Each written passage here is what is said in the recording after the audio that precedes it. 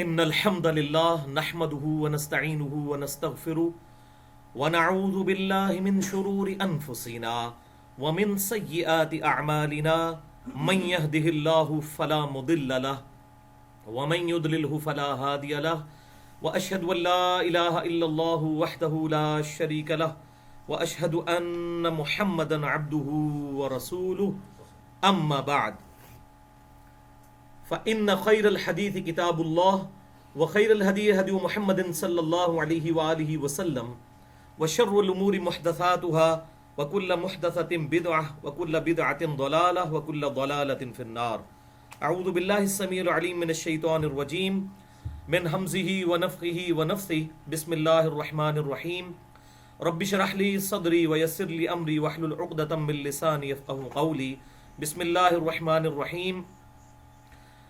ان اللہ وملائکتہ یصلون علی النبی یا ایہا الذین آمنوا صلوا علیہ وسلموا تسلیما.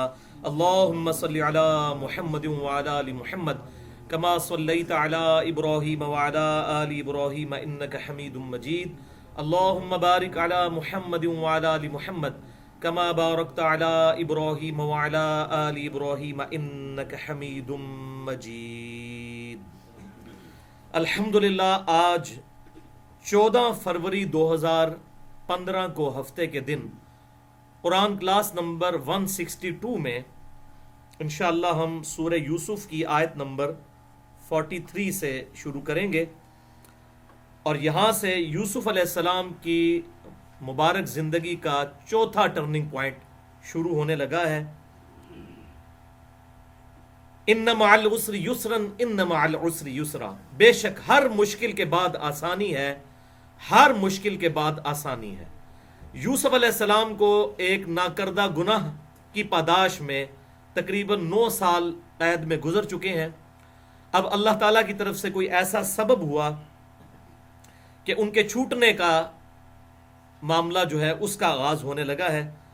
اور وہاں پر جو مصر کا بادشاہ تھا، ظاہر ہے کہ پوری رعایا اس کے انڈر تھی، تو اللہ تعالیٰ ایسے جو خواب ہیں وہ بادشاہوں کو ہی دکھایا کرتا ہے جن کی رسپانسبلٹی ہوتی ہے.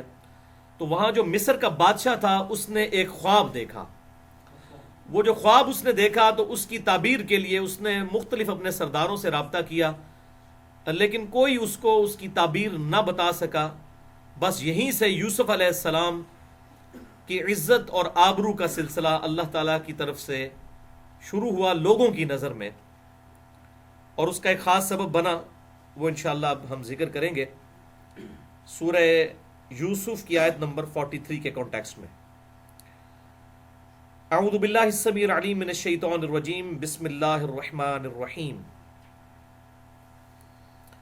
وقال الملک، اور کہا بادشاہ نے، انی ارا سبع بقرات سمان یأکلہن سبع عجاف، کہ میں نے خواب دیکھا ہے کہ 7 موٹی گائے ہیں، کاؤز، جن کو 7 دبلی پتلی گائیں کھا رہی ہیں. ایک یہ منظر دیکھا خواب میں. وسبع سنبلات خضر واخرى یابسات، اور 7 گوشے دیکھے ہیں، گندم کے جو گوشے ہوتے ہیں، بالی جو ہوتی ہے وہ سبز ہیں، اور 7 جو ہیں وہ سوکھے ہوئے. 7 جو ہیں وہ سبز اور 7 سوکھے ہوئے. یا ایھا الملأ، اے میرے سردارو، افتونی فی رؤیایا ان کنتم للرؤیا تعبرون، تو مجھے فتویٰ دو. یہ فتوے کا لفظ یہیں سے جو ہے ڈیٹیکٹ ہوتا ہے عربی میں. مجھے اپنا ایکسپرٹ اوپینین دو یا مجھے تعبیر بتاؤ میرے اس خواب کی، اگر تم خوابوں کی تعبیر جانتے ہو. تو ظاہر ہے انہوں نے پوری ایک ایکسپرٹیز بھی اس حوالے سے لوگوں سے جو ایکسپرٹ تھے ان سے بھی پتہ کیا، لیکن کوئی معاملات سیدھے نہ ہوئے. یہاں پر یہ بھی یاد رکھیں کہ خواب جو ہیں اس امت میں بھی اب قیامت تک غیبی خبروں کا واحد سلسلہ خوابوں کے ذریعے چلے گا. صحیح بخاری اور مسلم کی متفق علیہ حدیث ہے کہ آپ صلی اللہ علیہ وسلم نے ارشاد فرمایا، میری وفات کے بعد غیبی جو خبریں ہیں ان کا سلسلہ ختم، البتہ خواب جو ہیں مبشرات ابھی باقی ہیں. تو پوچھا گیا مبشرات کیا ہیں، تو آپ صلی اللہ علیہ وسلم نے فرمایا یہ خواب ہے جس کے ذریعے اللہ تبارک و تعالیٰ لوگوں کو غیبی خبریں قیامت تک عطا فرمائے گا. اس حوالے سے میں نے بڑی ڈیٹیل سے گفتگو کی ہے مسئلہ نمبر 6B کے نام سے, اور اسی میں نے آپ صلی اللہ علیہ وسلم کی جو خواب میں زیارت ہے اس حوالے سے جو اختلافی مسائل ہیں ان کو بھی ڈسکس کیا ہے. بہرحال غیبی خبریں اللہ تعالیٰ مسلمانوں کو بھی غیر مسلموں کو بھی عطا فرماتا ہے. یہ جو بنزین کی اسٹرکچر ہے وہ خواب میں دکھائی گئی تھی ایک سائنٹسٹ کو. اسی طریقے سے یہ جو سلائی مشین کپڑے سینے والی ہے, اس کی نوک کی طرف جو ہے وہ ناکا ہوتا ہے دھاگا ڈالنے کا. یہ ایک بندے نے خواب دیکھا تھا کہ وہ بڑی تحقیق کر رہا تھا مشین بنانے کے اوپر, تو اللہ تعالیٰ نے خواب کے ذریعے سے دکھایا کہ کسی شخص نے بانس اٹھایا ہوا ہے, اس کے آگے کیل لگی ہوئی ہے اور اس کی نوک کی سائڈ کے اوپر سوراخ ہوا ہے, تو اس کا دماغ کلک کر گیا. یہ ہاتھ والی جو سوئی ہے اس کی بیک سائڈ کے اوپر سوراخ ہوتا ہے ناکا, اور جو سینے والی ہے اس کی نوک کے اوپر. اس قسم کے کئی ایک واقعات خوابوں کے ذریعے اللہ تعالیٰ لوگوں کو غیبی خبریں جو لوگ کوشش کرتے ہیں ان کو عطا فرماتا ہے. تو اب یہاں پر بھی یہ جو بادشاہ وقت تھا اس کو بھی اللہ تعالیٰ نے غیبی خبر عطا فرمائی اس حوالے سے کہ اس کی قوم کے اوپر کیا مصیبت آنے والی ہے. تو اس نے اپنے سرداروں سے کہا کہ مجھے فتویٰ دو, اگر تم اس خواب کی تعبیر جانتے ہو تو مجھے اس کی تعبیر بتاؤ. قالوا اضغاث احلام, انہوں نے کہا یہ پریشان خواب ہے جو آپ دیکھ رہے ہیں. وہ لومڑی جب چڑھ نہ سکے نا تو کہتی ہے کہ یہ انگور کھٹے ہیں. اب ان کو تعبیر تو آتی نہیں تھی, ایک مشکل خواب تھا, تو انہوں نے کہا جناب ایویں تو جو ہے نا راتی خواب کو ایویں چیزاں نظر آتی ہیں نا, اس خواب کی کوئی حقیقت نہیں ہے. حالانکہ اس کو یہ چیز معلوم چل رہی تھی کہ یہ کوئی عام خواب نہیں ہے کہ 7 دبلی پتلی گائیں جو ہیں وہ 7 موٹی تازی گاؤں کو کھا رہی ہیں, اور پھر اس کے بعد 7 جو ہے وہ بالیاں ہیں ہری اور 7 سوکھی. یہ 7 کا کوئی ایسا تعلق ہے اس پورے معاملے میں کہ جو ایک معنی خیز خواب ہے. قالوا اضغاث احلام, تو انہوں نے کہا ہے بادشاہ وقت یہ خواب پریشان خواب ہیں, ان کی کوئی حقیقت نہیں. وما نحن بتأویل الاحلام بعالمین, اور ہم پریشان خوابوں کی تعبیر جاننے والے نہیں ہیں. یعنی انہوں نے اپنی عزت بھی رکھی کہ کوئی بھائی جی خواب ہونا دے تو انہوں تعبیر دس دے, خواب دی کوئی اصل ہی نہیں ہے, جان ہی چھڑا لی. اب لیکن بادشاہ تو پیچھے ہٹنے والا نہیں تھا, تو یہ معاملات بحث در بحث چلتی رہی. تو وہاں پر بادشاہ کا جو ایک درباری تھا, غلام تھا, جس کے بارے میں یوسف علیہ السلام نے پریڈکشن کی تھی کہ تم عنقریب چھوٹ جاؤ گے, جو ہم نے پچھلی دفعہ سنا. اس نے جب یہ باتیں سنی, وقال الذی نجا منہما وادکر بعد امۃ, تو وہ شخص بولا کہ جو نجات پا گیا تھا ان دونوں میں سے جو جیل کے ساتھی تھے یوسف علیہ السلام کے, اور اب اسے یاد آ گئی یوسف علیہ السلام کی بعد امۃ, ایک بہت بڑے عرصے کے بعد, تقریباً 9 سال کے بعد. انا انبئکم بتأویلہ فارسلون, تو اس نے کہا کہ مجھے آپ قید خانے میں جانے کی اجازت دیں, میں آپ کے لیے اس کی تعبیر لے کر آتا ہوں. میں ایک ایسے شخص کو جانتا ہوں جو اس کی تعبیر صحیح بتا دے گا. ظاہر ہے وہ اتنی بڑی تعبیر, اس کا تو پریکٹیکل ایکسپیرینس ہو چکا ہوا تھا کہ ایک کے بارے میں آپ علیہ السلام نے یہ تعبیر کی تھی کہ تم سولی دیے جاؤ گے اور تمہارے سر سے پرندے جو ہے نوچ نوچ کر گوشت کھائیں گے, اور اس کے بارے میں یہ تعبیر کی تھی کہ تم عنقریب چھوٹ جاؤ گے, اور دونوں کے لیے ویسا ہی ہوا.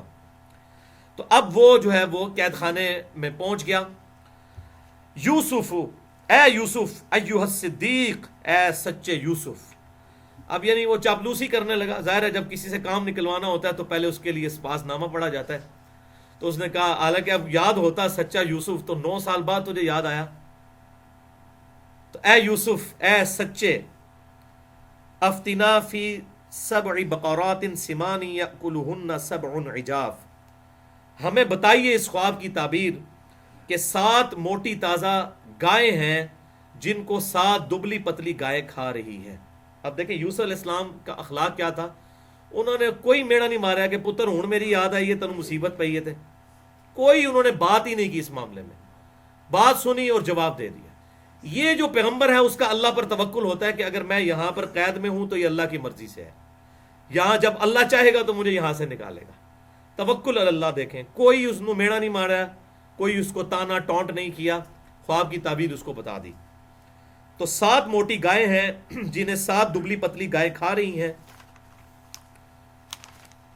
وَسَبْعِ سُنبُلَاتٍ خُضْرًا, اور 7 سرسبز جو ہیں وہ گوشے ہیں گندم کے. وَأُخْرَى يَابِسَاتٍ, اور 7 خشک ہیں.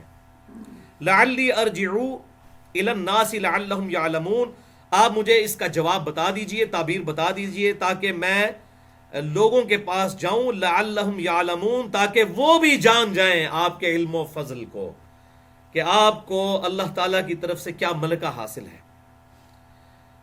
قال، اب انہوں نے کوئی بحث نہیں کی، کوئی 9 سال کی ان کو یاد نہیں، کوئی احسان فرموشی والا معاملہ جو ہے کوئی نہیں جتلایا، سیدھی انہوں نے بات کی۔ قال تزرعون 7 سنین دأبا، انہوں نے کہا کہ اس کی تعبیر یہ ہے کہ تم 7 سال تک خوب کاشتکاری کرو گے۔ اب یہ دأبا کا لفظ جو ہے یہ پنجابی میں بھی استعمال ہوتا ہے، وہ ایک محاورہ بھی استعمال ہوتا ہے نا، دب کے وات رج کے کھا، یہ سنا میں محاورہ، تو یہ دب کے رکھ، تو یہ خوب کے لیے جو یہ عربی سے ہی لفظ پنجابی میں بھی آ گیا، تو تم خوب کاشتکاری کرو گے 7 سال تک۔ فما حصدتم فذروه فی سنبلہ الا قلیلا مما تأکلون، تو جو تم وہ 7 سال فصل مسلسل کاشتکاری کرو گے، خوب فصل اگے گی تو اس کو تم سنبھال کر رکھنا اور دانوں کو خوشوں سے الگ نہ کرنا، سوائے اس کے کہ جس کو تم نے کھانا ہوگا۔ یہ پہلا موقع تھا کہ انسانیت کو ایک پیغمبر کے ذریعے سے پریزرویشن اناج کی پتہ چلی کہ سب سے بہترین پریزرویشن جو ہے اناج کی یہ ہے کہ اسے ان بالیوں سے باہر نہ نکالا جائے، وہ باہر نکلیں تو آپ کو پتہ ہے وہ خراب ہو جاتی ہیں، تو یہ سٹوریج ہے اس کی کہ اس کے اندر ہی اس دانے کو رہنے دیا جائے۔ بیسٹ پریزرویٹو جو ہے وہ اناج کے لیے اس کی اپنی بالیاں، اور یہ پوری انسانیت جو ہے وہ اب اس کے اوپر عمل کر رہی ہے۔ تو اللہ تعالیٰ نے یہ اپنے پیغمبر کے ذریعے یہ بات لوگوں کو سکھائی کہ 7 جو تم سال تمہارے اچھے آئیں گے، تم 7 سال تک خوب کاشتکاری کرو گے، تو جو فصل تم کاٹو گے تم ایسا کرنا کہ ان دانوں کو گوشوں میں ہی رہنے دینا، ان کی بالیوں میں ہی رہنے دینا، سوائے اس کے الا قلیلا مما تأکلون، سوائے اس کے کہ جو تم کھانا چاہو گے، یعنی ہر سال کا غلہ بس اتنا ہی دانوں سے نکالو کہ جتنا کھانا چاہو گے، باقی کو سٹور کر دو تاکہ خراب نہ ہو۔ ثم یأتی من بعد ذلك 7 شداد، پھر اس کے بعد 7 سال خوشحالی کے گزرنے کے بعد 7 سال پھر شدید قحط سالی کے تم پر آئیں گے، کوئی بارش نہیں ہوگی، کوئی فصل نہیں اگے گی، قحط پڑ جائے گا۔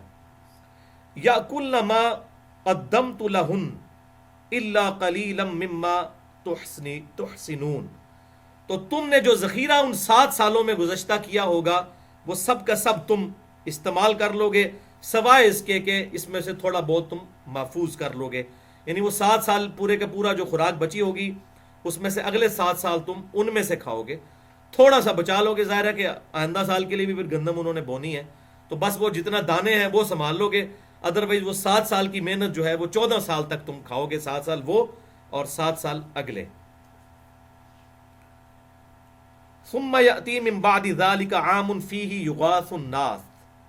یغاث الناس، اس کے بعد پھر 1 سال ایسا آئے گا کہ خوب میہ برسے گا، یعنی 14 سال گزرنے کے بعد۔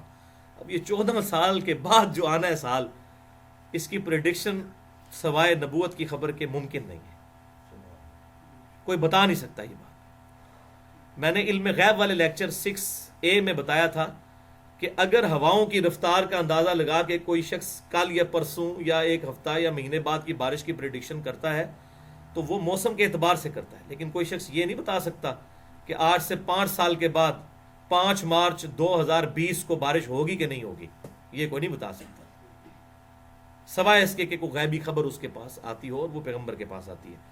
تو انہوں نے دیکھے 15ویں سال کا بھی بتا دیا کہ خوب بارش ہوگی اس سال، پھر لوگوں کے لیے وفیہ یعصرون، اور اس میں سے تم خوب رس نکالو گے، پھر یعنی پھل بھی خوب ہوں گے، تم خوب رس نکالو گے، پھل فروٹ بھی بہت زیادہ ہوگا، اور آج بھی مصر کے اندر بہت پھل فروٹ اگتا ہے، بلکہ دنیا کا جو دوسرا بڑا دریا ہے دریائے نیل وہ بھی مصر سے ہی گزرتا ہے، بلکہ دنیا کا پہلے نمبر پہ ہے وہ دریا لینتھ کے اعتبار سے، دریائے نیل جو ہے، تو تم پھر اس میں سے رس بھی نکالو گے اور خوب فصل ہوگی۔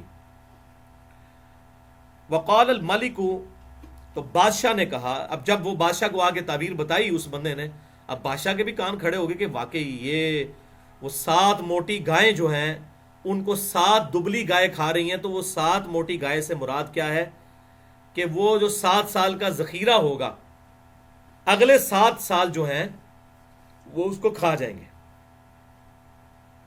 اور 7 بالیاں جو ہیں وہ ہری اور 7 بالیاں خشک۔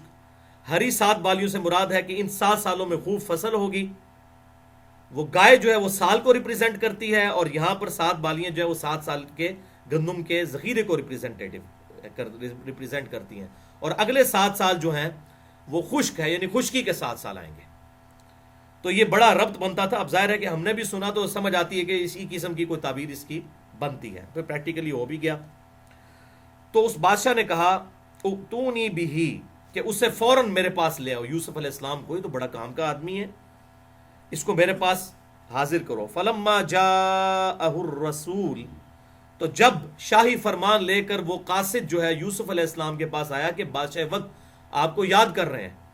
اب بڑا اچھا موقع تھا کہ یوسف علیہ السلام کہتے ہیں کہ میرے تو چھوٹنے کا وقت آ گیا، میری اتنی عزت افزائی ہوگی، لیکن اب کانفیڈنس دیکھیں پیغمبر کا توکل اللہ پر ہوتا ہے۔ تو وہ اب ان کو آزادی کا پروانہ لے کر آیا ہے وہ بندہ، لیکن کیا فرما رہے ہیں؟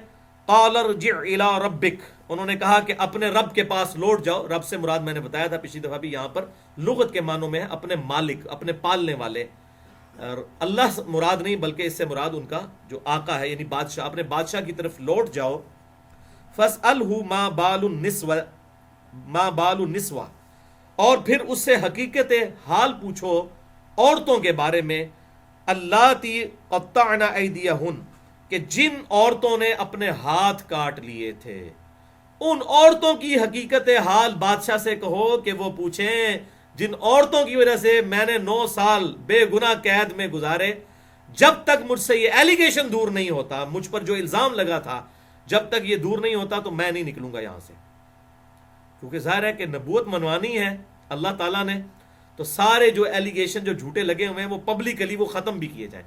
تو یوسف علیہ السلام نے قید سے نکلنے سے انکار کر دیا، اور شرط یہ رکھی کہ بادشاہ کو کہو کہ ان عورتوں کو بلائے، جو عورتیں جو ہیں، اور وہ جو واقعہ ہم نے پچھلی دفعہ سنا تھا ہاتھ کاٹنے والا، جن عورتوں کی وجہ سے مجھے جیل کاٹنی پڑی، وہ میرے یہاں پر ان کو بلاؤ اپنے دربار میں، اور ان سے پوچھو کہ کیا معاملہ ہوا تھا، کیا یوسف نے کوئی گناہ کیا تھا یا ان عورتوں کا فریب تھا۔ ان ربی بکیدہن علیم، بے شک میرا رب جو ہے اللہ، وہ تو ان کے مکر سے خوب واقف ہے۔ میرے اللہ کو پتا ہے کہ میں بے قصور ہوں، لیکن تیرے بادشاہ کو بھی پتا چل جائے کہ میں نے کوئی قصور نہیں کیا، میرے ساتھ یہ ظلم ہوا جو 9 سال میرے جوانی کے قید میں مجھے گزارنے پڑے۔ ظاہر ہے کہ بڑی ایک تکلیف دہ عمر تھا آپ کے لیے، اچھا خاصا حصہ جوانی کا آپ کو گزارنا پڑا۔ قال ما خطبکن اذ راوتن یوسف عن نفسی، تو عورتوں کو بادشاہ نے بلایا اور کہا کہ بتاؤ کیا معاملہ ہوا تھا یوسف علیہ السلام کو جب ان کو بہلایا گیا تھا تمہاری طرف سے۔ قلنا حاش للہ، وہ با یک زبان ساری عورتیں بولی کہ اللہ کی پناہ، اللہ پاک ہے، ما علمنا علیہ من سوء، ہم نے یوسف کے اندر کوئی برائی نہیں دیکھی، یوسف کا کوئی قصور نہیں ہے۔ قالت امرأۃ العزیز، اور بولی عزیز مصر کی عورت، وہ پوتیفار جو تھا اس کی بیوی زلیخا، وہ بولی الآن حس حس الحق، اب تو حق واضح ہو ہی گیا، یعنی ساری عورتوں نے بھی گواہی دے دی، حق واضح ہو گیا کہ قصور یوسف کا نہیں تھا بلکہ ہمارا تھا۔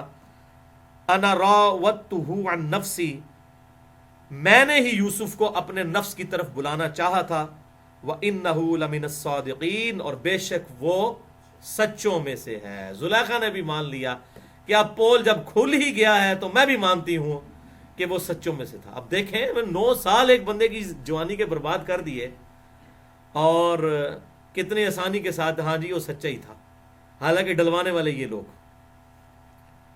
ذَلِكَ لِيَعْلَمَ أَنِّي، تو اب یوسف علیہ السلام تک یہ سارا معاملہ جب پہنچا، یوسف علیہ السلام کو خبر دی گئی کہ عورتوں نے اپنا اعتراف جرم کر لیا ہے، اور بھرے دربار میں لوگوں کو آپ کی پاک بازی کا پتہ چل گیا ہے کہ آپ کریکٹر والے انسان ہیں، تو یوسف علیہ السلام نے پھر کیا کہا؟ ذَلِكَ لِيَعْلَمَ أَنِّي لَمْ أَخُنْهُ بِالْغَيْبِ، تو یوسف علیہ السلام نے کہا کہ میں نے یہ صرف اس لیے کیا تھا، جو میری یہ ڈیمانڈ تھی کہ عورتیں اپنی غلطی مانیں، اس لیے کہ عزیز مصر یعنی جس نے مجھے پالا تھا میرے لڑک پن سے لے کر جوانی تک، وہ جان لے کہ میں نے غیب میں اس کے گھر والوں کے ساتھ کوئی خیانت نہیں کی. وَأَنَّ اللَّهَ لَا يَهْدِي كَيْدَ الْخَائِنِينَ، اور یہ کہ بے شک اللہ تعالیٰ خیانت کاروں کو، دغا بازوں کو کبھی ہدایت نہیں دیتا. تو یہ الحمدللہ ہمارا 12واں پارہ بھی مکمل ہوا. اب 13واں پارہ بھی یوسف علیہ السلام کے گولڈن کوڈ سے شروع ہو رہا ہے، اور یہی وہ گولڈن کوڈ ہے جو میں نے مسئلہ نمبر 88A اور 88B عصمت انبیاء کرام علیہ السلام سے متعلق شبہات کا تحقیقی جائزہ، اور اسی طریقے سے اللہ، انسان اور شیطان، اس ٹاپک پہ جو مسئلہ نمبر 79 میں نے ریکارڈ کروایا تھا، اس میں بھی اس آیت کو پریزنٹ کیا تھا کہ یوسف علیہ السلام پیغمبر ہو کر کیا بات کر رہے ہیں. وَمَا أُبَرِّئُ نَفْسِي، اور یوسف علیہ السلام کی آپ عارضی دیکھیں، وہ کہہ رہے ہیں کہ میں یہ دعویٰ نہیں کرتا، میں اپنے نفس کو بری نہیں کرتا، یعنی میں نہیں کہتا کہ میں بہت پاک باز ہوں. ان النفس لامارۃ بالسوء، بے شک نفس جو ہے وہ تو ہمیشہ برائی کا حکم دیتا ہے. یعنی میں کوئی پاک بازی کا دعویٰ نہیں کرتا، نفس ہمیشہ برائی ہی کی طرف مائل کرتا ہے. الا من رحم ربی، ہاں مگر میرا رب کسی پر رحم فرمائے تو وہ بچ جائے، ورنہ نفس تو برائی ہی کی طرف مائل کرتا ہے. اب یوسف علیہ السلام نے جو اس فتنے سے بچے تو اس فتنے سے بچنے کو اپنے رب کی طرف منسوب کیا کہ اللہ کی حفاظت سے میں بچا ہوں. لا حول ولا قوت الا باللہ، نہیں ہے ہمت نیکی کرنے کی اور نہ ہے طاقت گناہ سے بچنے کی مگر اس کی توفیق سے. ان ربی غفور الرحیم، بے شک میرا رب بخشنے والا مہربان ہے. تو یہ یوسف علیہ السلام نے الحمدللہ اللہ کے حضور شکر ادا کیا. اب ان کو نظر آیا کہ معاملات اب بالکل کھلنے والے ہیں. وقال الملک، اور بادشاہ نے حکم دیا، ائتونی بہ، کہ یوسف علیہ السلام کو میرے پاس لے آؤ، استخلصہ لنفسی، میں اسے خالص کر لوں گا، اپنے لیے چن لوں گا. یہ تو بڑا کام کا بندہ ہے. فلما کلمہ، پھر جب اس نے آپ سے گفتگو کی، یوسف علیہ السلام، ابھی تو اس نے گفتگو نہیں کی ہوئی تھی، صرف ان کے یہ ایکسپرٹ اوپینین جو تعبیر کے حوالے سے تھا، اس نے کہا یہ تو بڑا کام کا بندہ ہے. فلما کلمہ، پھر جب یوسف علیہ السلام سے اس کی ملاقات ہوئی اور گفتگو کی، قال انک الیوم لدینا مکین امین، تو اس نے کہا کہ آج کے بعد آپ ہمارے حضور بڑے محترم اور قابل اعتماد ہیں. یعنی اب وہ مزید ان کا گرویدہ ہو گیا گفتگو سن کے کہ کتنا انٹلیکچوئل آدمی ہے، اور اس کو جیل میں رکھا ہوا تھا. اب اس کو تو پتہ نہیں تھا یہ تو وقت کا پیغمبر ہے، اللہ تعالیٰ نے اسے نبی بنا کے بھیجا ہے. الٹیمیٹلی وہ بادشاہ بھی پھر ان پر ایمان لے آیا اور وہاں پر الحمدللہ اسلام پھیلا. قال اجعلنی علی خزائن الارض، تو یوسف علیہ السلام کو اللہ تعالیٰ نے ظاہر وحی کے ذریعے بات بتا دی. تو یوسف علیہ السلام نے بادشاہ سے کہا کہ مجھے زمین کے خزانوں پر ڈیوٹی دے دیجئے، یعنی فائنانس منسٹری میرے حوالے کر دیں. آپ دوسرے معنوں میں آج کی لینگویج میں سمجھ لیں، پورا یہ فائنینشل سسٹم میرے حوالے کر دیں. انی حفیظ علیم، بے شک میں حفاظت کرنے والا ہوں اور میں علم بھی رکھنے والا ہوں. یعنی یہ تمہارے اوپر جو اب مصیبت آندہ، یہ تقریباً 7 سال کے بعد جو شروع ہونے والی ہے، یہ 14-15 سال کا جو یہ معاملہ ہے، پوری پلاننگ میں کر سکتا ہوں. اللہ تعالیٰ نے مجھے علم دیا ہے اور میں امانت دار بھی ہوں، میں حفاظت کرنے والا بھی ہوں. انصاف کے ساتھ یہ سارے معاملات میں لے کر چلوں گا. تم اپنے یہ سارے خزانے جو ہیں زمین کے، یعنی پورے کا پورا معاملہ میرے حوالے کر دو. تو ظاہر ہے کہ اس نے ایکسیپٹ کر لیا. اس کو کیا چاہیے تھا اس حوالے سے کہ اس کو ایک ایکسپرٹ بندہ مل جائے کہ جو اس کی پرابلمز کو سالو بھی کرے، اور پوری کی پوری رعایا، اور پھر نہ صرف مصر کی رعایا بلکہ ارد گرد دور دور تک، ہزاروں کلومیٹر دور تک قحط پھیلا، حتیٰ کہ شام سے یوسف علیہ السلام کے بھائی بھی غلہ لینے کے لیے وہاں پہنچے. تقریباً 1000 کلومیٹر کا سفر بن جاتا ہے. تو یہ ایسا اللہ تعالیٰ کی طرف سے اس وقت معاملہ ہوا. تو انہوں نے کہا کہ تم یہ زمین کے خزانے جو ہیں میرے حوالے کر دو، یعنی پورا آبپاشی کا نظام، اریگیشن کا نظام، یہ پوری فائنانس منسٹری میرے حوالے کرو تو میں اس کو جو ہے کنٹرول کروں گا. وَكَذَلِكَ مَكَّنَّا لِيُوسُفَ، اور اس طریقے سے ہم نے یوسف علیہ السلام کو تمکن دے دیا فی الارض، زمین میں. یوسف علیہ السلام ہی اب وہ بادشاہ تو یہ بے تاج بادشاہ بن گئے. وہ بادشاہ تو اپنی جگہ بادشاہ تھا، بے تاج بادشاہ تو یہ بن گئے. تو ہم نے یوسف علیہ السلام کو تمکن دے دیا زمین میں، یتبوأ منہا حیث یشاء، کہ وہ جہاں چاہے زمین میں رہے. اللہ تعالیٰ نے اس کو اتنی بڑی منسٹری عطا فرما دی وہاں پر کہ جہاں پر وہ چاہیں رہیں. نصیب برحمتنا من نشاء، ہم سرفراز کرتے ہیں اپنی رحمت میں سے جسے چاہتے ہیں، اس کے نصیب میں کر دیتے ہیں. ولا نضيع اجر المحسنین، اور ہم محسنین نیکوکاروں کا اجر کبھی ضائع نہیں کرتے.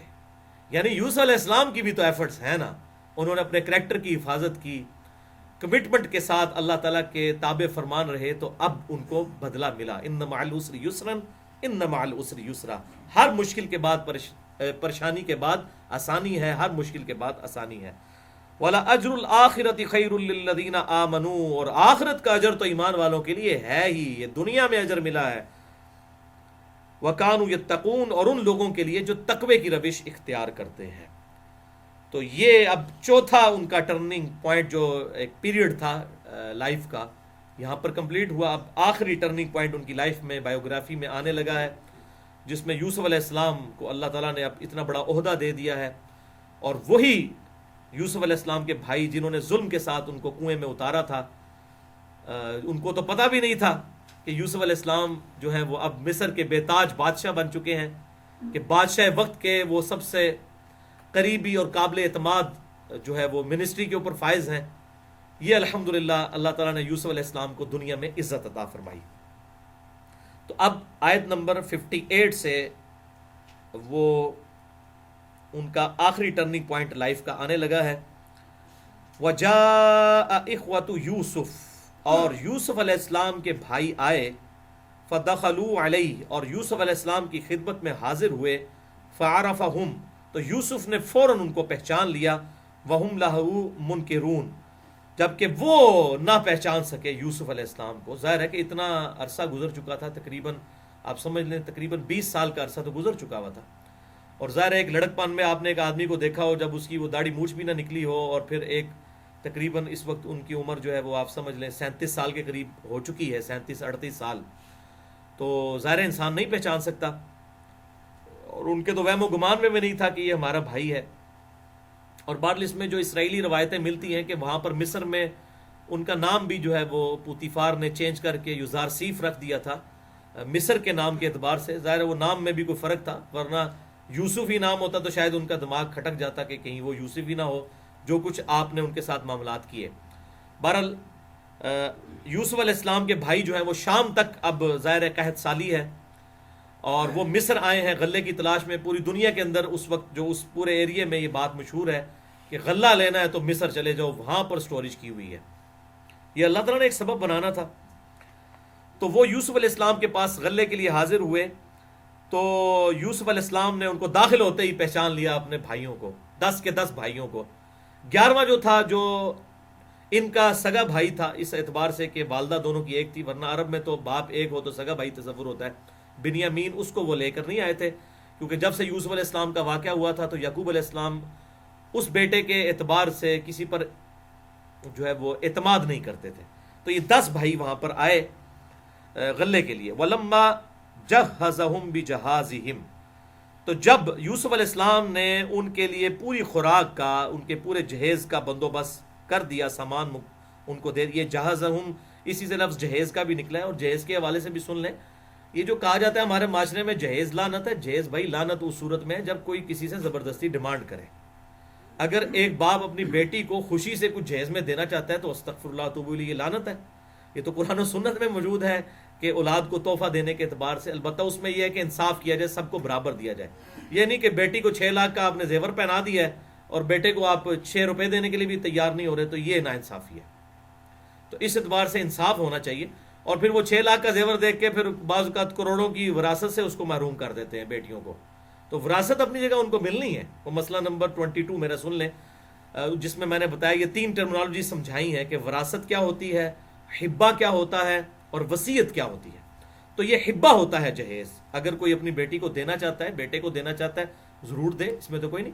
البتہ کوئی شادی کی شرط رکھ دیتا ہے لڑکی والوں کے لیے کہ جناب ضرور آپ نے یہ دینا ہے، مکان دیں، گاڑی دیں، یہ کریں، وہ اس قسم کی شرائط رکھنا، تو یہ بات غلط ہے.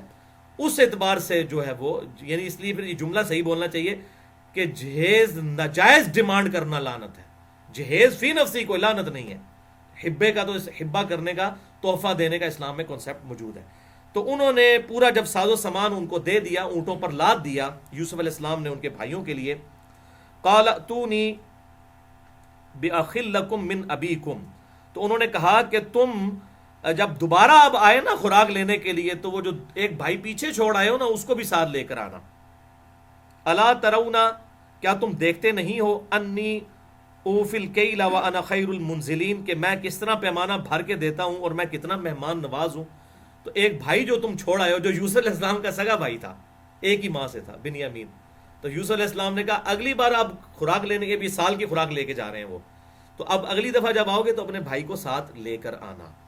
اب یہ ظاہر ہے کہ یہ معاملہ اگر یہ اس طریقے سے ہوتا تو ان کے بھی دماغ کھٹک جاتا کہ یہ کیوں ضد کر رہے ہیں اس کو لانے کی۔ دراصل ہوا یہ تھا کہ یوسف علیہ السلام سے انہوں نے ریکویسٹ کی تھی کہ اب یہ 11 فیملیز کا ہم کھانا لے کے جا رہے ہیں، تو 10 بھائی آئے، تو ظاہر ہے وہ اپنے 11ویں کا بھی لے کے جانے کے لیے ریکویسٹ کر رہے ہوں گے یقیناً کہ جی اس کا بھی کچھ کرنا ہے۔ تو یوسف علیہ السلام نے ان کو اس وقت تو دے دیا، لیکن ظاہر ہے کہ پھر چیک بھی کرنا تھا کہ یہ نہ ہو ایویں چونگا لے کے جا رہے ہوں، مطلب دنیاوی اعتبار سے بات کروں، ان کو تو یہ بات پتہ تھی۔ تو یوسف علیہ السلام نے ان پر ایک مورل چیک لگا دیا کہ بھائی یہ ابھی تو میں تمہیں دے رہا ہوں اور دیکھو میں کتنا مہمان نواز ہوں، تمہیں بھر بھر کر دے رہا ہوں، لیکن آئندہ جب آؤ گے تو وہ بھائی ساتھ اپنے لے کے آنا، ورنہ اگر وہ ان کے کان کھٹک جاتے اگر کوئی اور بات ہوتی کہ اس پرانو کو بلا دینا، انہوں نے کیا کرنا ہے پرانو، انہوں نے تو وہ جتنے بندے آئے ہوئے تھے اتنے اونٹوں کے اعتبار سے، اتنی فیملیز کے اعتبار سے دیتے تھے، ورنہ تو اگر اس طریقے سے ایک بندے ہی 10 بندوں کا راشن لے جائے تو ظاہر ہے کہ وہ اس وقت تو راشن اویلیبل بھی نہیں تھا، پیسے دے کے بھی نہیں لیا جا سکتا، جس طرح کہ یہ کبھی آج سے کئی سال پہلے پاکستان میں بھی جو 70s میں اس طرح کی سچویشن بنی تھی تو لوگوں کو ایک شناختی کارڈ کے اوپر ایک بندے کا راشن وہ چینی دی جاتی تھی، تو بالکل وہ اسی طرح کا معاملہ تھا کہ وہ ظاہر 10 بھائی آئے تھے تو اب وہ سامان 11 گھروں کا لے کے جا رہے تھے، تو یوسف علیہ السلام نے کہا بھائی آندہ میں نے کو نہیں دینا، اپنا بھائی ساتھ لے کے آنا تھا کہ مجھے بھی کنفرم ہو گیا واقعی 7 فیملیز ہیں، ورنہ ان کو تو کنفرم تھا لیکن وہ چاہتے تھے کسی طریقے اس بھائی کو میرے پاس لیں، میرا اپنا سگا بھائی جو ہے جس ماں اور باپ دونوں کی طرف سے۔ فَإِن لَمْ تَأْتُونِي بِهِ، اور اگر تم اس بھائی کو میرے پاس نہ لے کر آئے، فَلَا كَيْلَ لَكُمْ عِنْدِي وَلَا تَقْرَبُونَ، تو دیکھنا میں تمہیں کچھ نہیں اناج میں سے دوں گا اور نہ تم میرے قریب آ سکو گے، میں تو انہوں نیڑے بھی نہیں لگن دینا، ایسے ہی ترجمہ پنجابی سے، تو انہوں نیڑے بھی نہیں لگن دینا اگر میرا وہ پرانا تسی لے کے آئے تھے، یعنی وہ اپنے دل میں کہتے ان کو کہتے اپنا وہ بھائی لے کے آنا۔ قَالُوا سَنُرَاوِدُ عَنْهُ أَبَاهُ وَإِنَّا لَفَاعِلُونَ، تو انہوں نے کہا کہ ہم ضرور مطالبہ کریں گے اسے بھیجنے کا اپنے باپ سے، اور ہم ایسا ضرور کریں گے کہ ہم اپنے باپ سے ریکویسٹ کریں کہ وہ بیٹا بھی آنے دیں۔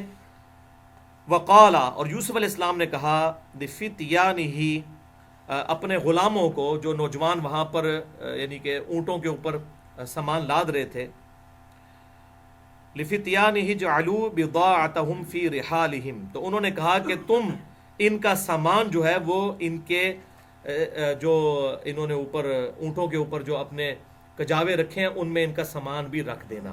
سامان کون سا؟ بارٹر سسٹم تھا، اگر آپ اس کو سمجھنا ہے میرا زکوٰۃ والا لیکچر سن لیں 95A اور 95B، جس میں نے زکوٰۃ کے 70 قدیم اور جدید مسائل بتائے ہیں، اور کرنسی نوٹ کی کیا شرعی حیثیت ہے، اور اسٹیٹ بینک کیسے کام کرتا ہے، کیسے گولڈ کے ایکویلنٹ ہوتا ہے، اس میں نے بارٹر سسٹم کی بات کی تھی۔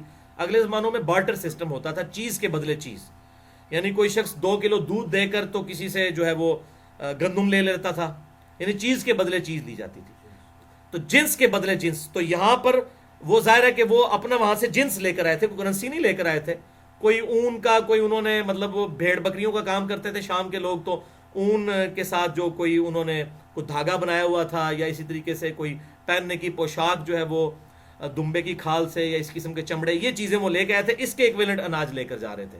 تو اب آپ کو یہ بات سمجھ آئے گی۔ تو یوسف علیہ السلام نے ان کے ساتھ نیکی کی اور کہا کہ یہ جس سامان کے بدلے مجھ سے گندم لے کر جا رہے ہیں نا، چپکے سے وہ سامان دوبارہ ان کے سامان میں رکھ دینا، ان کو نہ پتہ چلے، یعنی ایک اور ان کے لیے لالچ والا معاملہ ہو جائے، جب وہ گھر جا کے کھولے تو کہ یار یہ کتنا فیاض قسم کا بادشاہ ہے، اس نے ہمارا سامان بھی، ہماری غربت پہ اتنا ترس کھایا ہے کہ سامان بھی واپس کر دیا، تو دوبارہ اب ہم جائیں گے اس سے لینے کے لیے۔ یعنی آپ سمجھ لیں کہ انہوں نے ان کو اٹریکٹ کرنے کے لیے ایک ایسا ٹیکٹکس جو ہے وہ استعمال کی۔ تو انہوں نے کہا کہ ان کے سامان میں وہ سامان رکھ دو، لعلہم یعرفونہا، تاکہ وہ اسے پہچان لیں، اذن قلبوا، تاکہ وہ واپس آ جائیں، الی اہلہم، جب وہ لوٹیں اپنے، الی اہلہم لعلہم یرجعون، جب وہ لوٹیں اپنے گھر والوں کی طرف تو پھر دوبارہ آنے کا بھی قصد کریں، یعنی میری اس مہمان نوازی کی وجہ سے وہ دوبارہ تیار ہو جائیں یہاں پر آنے کے لیے۔ فلما رجعوا الی ابیہم، تو جب وہ لوٹے اپنے باپ کے پاس، قالوا یا ابانا، انہوں نے کہا ابا جان، منع منا الکیل فارسل معنا، اے ہمارے والد صاحب ہمیں روک دیا گیا ہے غلہ لینے سے، تو آپ ہمارے ساتھ بھیجئے اخانا، ہمارے بھائی کو، نقتل و انا لہو لحافظون، تاکہ ہم اس کے لیے بھی غلہ لا سکیں اور ہم اس کی نگہبانی کرنے والے ہیں۔ ہاں جی، کیڑے پہ کہتے ہیں نگہبانی کرنے والے نے، جنہوں نے تقریباً 20 سال پہلے ایک پرانا جو کچھ کیتا ہوا ہے، تو اب ظاہر ہے کہ یوسف یعقوب علیہ السلام کا زخم تو تازہ تھا ابھی، تو انہوں نے پھر فوراً وہی بات کی کہ ہاں تم کہہ رہے ہو کہ ہم اپنے بھائی کو لے کر جائیں گے اور بڑی حفاظت سے رکھیں گے، ٹھیک ہے، کیونکہ اس تو بعد پنجابی کے اندر نا یعقوب علیہ السلام وسا نہیں سن کھاندے دوسرے پرادا، لیکن میں نے آپ کو بات بتائی تھی جب تک دوسرے بھائی کی بھی قربانی نہیں ہونی تھی نا، اس وقت تک اللہ تبارک و تعالیٰ نے یہ جدائی بھی ختم نہیں کرنی تھی۔ جب یعقوب علیہ السلام اپنے دونوں بیٹوں سے دستبردار ہو گئے نا، جن سے وہ دلی محبت کرتے تھے، پھر وہ صحیح کمٹمنٹ ان کی اللہ کی طرف ہوئی، تو پھر اللہ تعالیٰ نے دونوں بیٹے ان کی طرف لوٹا دیے۔ تو اب یوسف علیہ السلام جب سے چھنے تھے تو وہ یوسف علیہ السلام کی محبت بھی جو تھی وہ اس دوسرے بیٹے بنیامین میں دیکھتے تھے، تو اللہ تعالیٰ نے اب یہ ارادہ کیا تھا کہ یعقوب علیہ السلام کی اگر جدائی دور کرنی ہے تو یہ دوسرے بیٹے سے بھی یعقوب علیہ السلام کو دستبردار ہونا پڑے گا۔ وَلَنَبْلُوَنَّكُمْ بِشَيْءٍ مِّنَ الْخَوْفِ وَالْجُوعِ وَنَقْصٍ مِّنَ الْأَمْوَالِ وَالْأَنفُسِ وَالثَّمَرَاتِ، ضرور آزمانا ہے، خوف سے، بھوک سے، جان اور مال کے نقصان سے۔ تو اب یہ ان کے اوپر آزمائش آنے لگی، تو بھائیوں نے کہا کہ آپ اس ہمارے بھائی کو ہمارے ساتھ بھیجئے، ہم اس کی حفاظت کرنے والے ہیں۔ قال هل آمنكم علیہ الا کما امنتکم علی اخیہ من قبل، تو انہوں نے کہا ہاں میں تم پر اسی طریقے سے اعتماد کر لوں جس طرح کہ اس کے بھائی کے بارے میں، یعنی یوسف علیہ السلام کے بارے میں میں نے کئی سال پہلے تم پر اعتماد کیا تھا۔ فاللہ خیر حافظا وہو ارحم الراحمین، لیکن ساتھ ہی اپنی توحید بھی سیدھی کی، اس حوالے سے کا عقیدہ کلیئر کر دیا کہ اللہ ہی بہتر حفاظت فرمانے والا ہے اور وہ سب رحم فرمانے والوں سے بڑھ کر رحم کرنے والا ہے۔ یعنی حفاظت اللہ کی ہے، ظاہری سبب ضرور ہے، اور اللہ تعالیٰ سب سے بڑھ کر رحم فرمانے والا ہے۔ یعنی اگر میرے بیٹے کے لیے میرے دل میں کوئی رحم کا جذبہ آیا ہے تو مجھ سے بڑھ کر تو رحم فرمانے والا اللہ ہے۔ وَلَمَّا فَتَحُوا مَتَاعَهُمْ،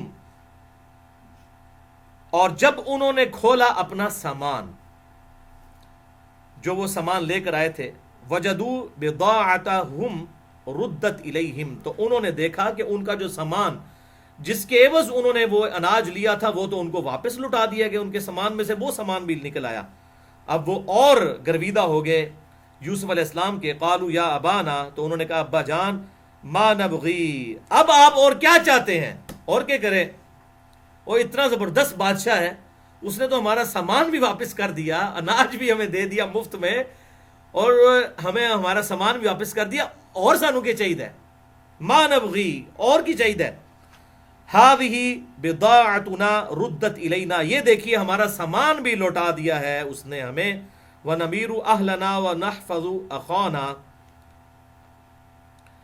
اور اگر ہم بنیامین کو ساتھ گیا ہمارے تو ہم لے کر آئیں گے اپنے گھر والوں کے لیے کھانا، وَنَزْدَادُ كَيْلَ بَعِيرٍ، اور ہم اپنے بھائی کی اس حوالے سے حفاظت کریں گے، ہم اپنے بھائی کے لیے بھی سامان ساتھ لے کر آئیں گے، ذَلِكَ كَيْلٌ يَسِيرٌ، اور یہ غلہ جو ہے بہت تھوڑا ہے ہمارے لیے، اگلی دفعہ ہم اپنے بھائی کو لے کر جائیں گے، اس کی حفاظت بھی کریں گے اور اس کے حصے کا سامان بھی لے کر آئیں گے، ذَلِكَ كَيْلٌ يَسِيرٌ، یہ جو غلہ ہے یہ بہت تھوڑا ہے۔ قَالَ لَنْ أُرْسِلَهُ مَعَكُمْ، تو انہوں نے کہا میں کبھی بھی اپنے اس بیٹے کو تمہارے ساتھ نہیں بھیجوں گا، حَتَّى تُؤْتُونِ، یہاں تک کہ تم، حَتَّى تُؤْتُونِ مَوْثِقًا مِّنَ اللَّهِ، یہاں تک کہ تم مجھ سے اللہ کا پکا عہد کرو، وعدہ کرو، لَتَأْتُنَّنِي بِهِ، کہ تم اسے ضرور واپس لے کر آؤ گے، الا ان یحاط بکم، یہاں تک کہ تم سب کے سب گھیر لیے جاؤ. یعنی اگر کوئی ایسا معاملہ ہو جائے کہ سب کے سب ہی لوٹ لیے جاؤ پھر تو معاملہ الگ، ورنہ تم زندہ سلامت بچ کے آ جاؤ اور اس میرے بیٹے کو وہیں چھوڑ آؤ یا کوئی اور معاملہ کر دو تو اس معاملے پہ میں تمہیں نہیں جانے دوں گا. اللہ تعالیٰ کو عالم و ناظر جانتے ہوئے میرے ساتھ پکا عہد کرو کہ میرے بیٹے کو واپس لے کر آؤ گے. فلما آتوہ، تو جب انہوں نے وعدہ کیا، موثقہم، ان کے ساتھ پکا وعدہ کیا، قال اللہ، تو انہوں نے کہا کہ اللہ علی ما نقول وکیل، اللہ ہی گواہ ہے، وہی بہتر کارساز ہے.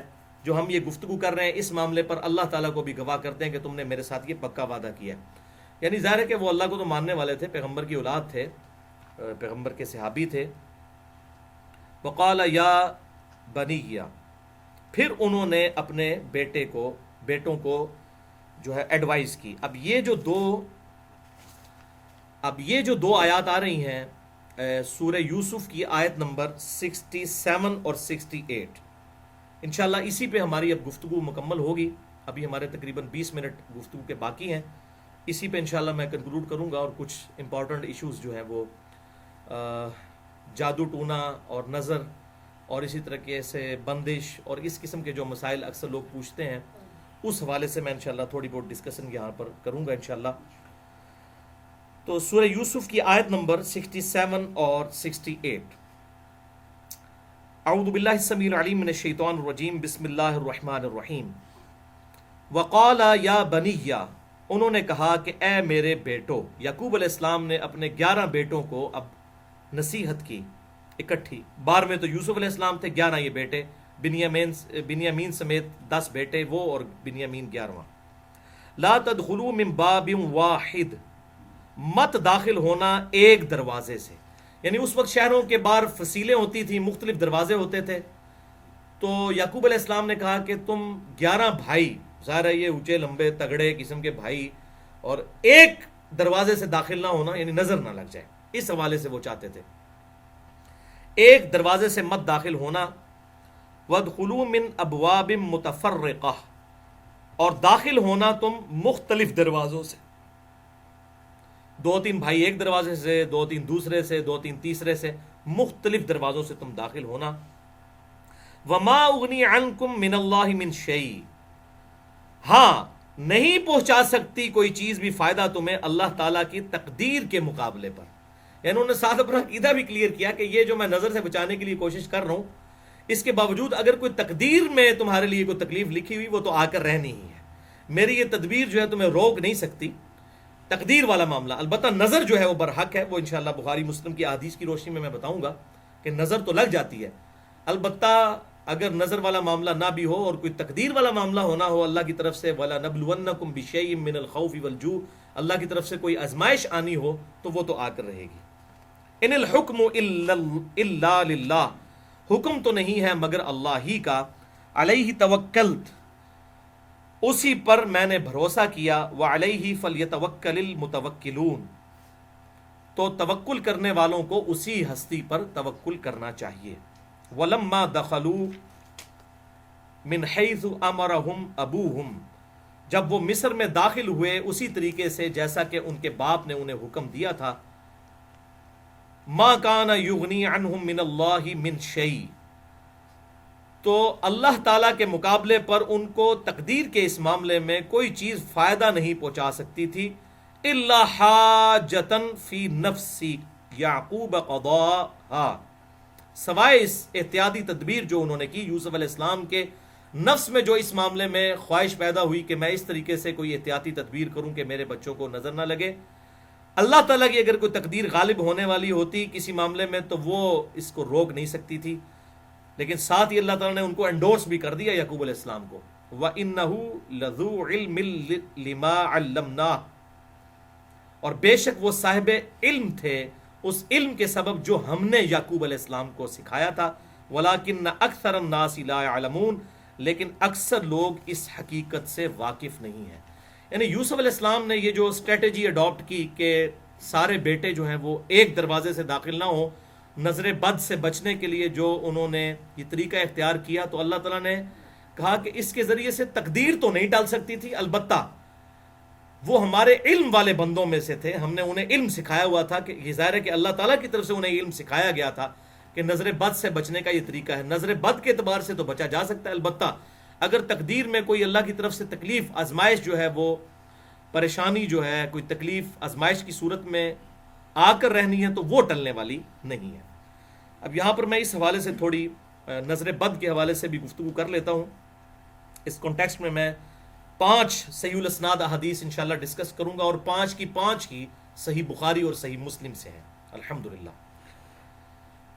پہلی حدیث صحیح بخاری اور مسلم کی متفقن علیہ حدیث ہے، بخاری میں 5739، مسلم میں 5725، کہ آپ صلی اللہ علیہ وسلم نے ایک لڑکی کو دیکھا جس کا چہرہ زرد پڑ چکا تھا، تو آپ صلی اللہ علیہ وسلم نے ارشاد فرمایا اس لڑکی کو دم ڈلواؤ، اسے نظر لگی ہے۔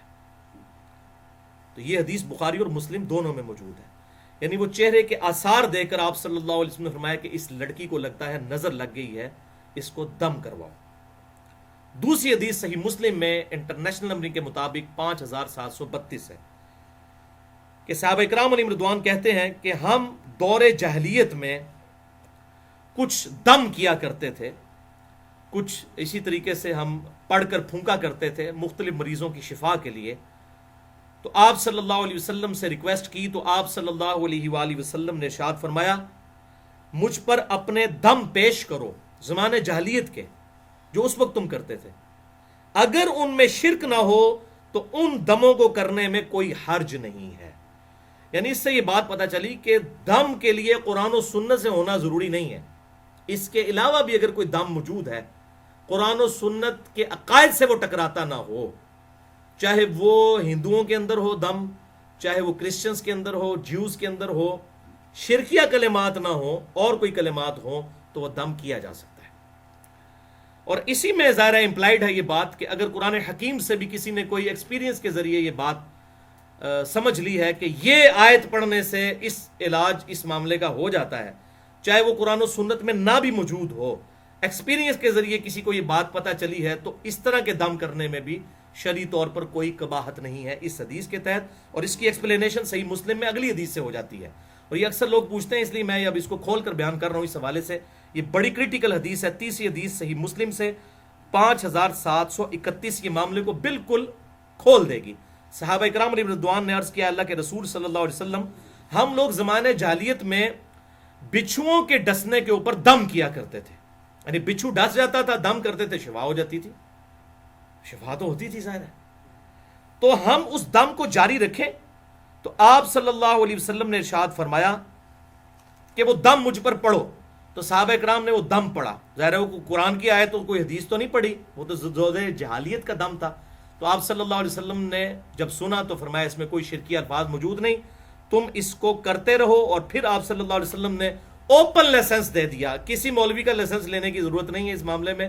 آپ صلی اللہ علیہ وسلم نے صحیح مسلم میں اسی حدیث میں اوپن لائسنس دیا۔ آپ صلی اللہ علیہ وسلم نے ارشاد فرمایا جو شخص اپنے بھائی کو نفع پہنچا سکتا ہو، فائدہ پہنچا سکتا ہو، تو اسے چاہیے کہ وہ فائدہ پہنچائے۔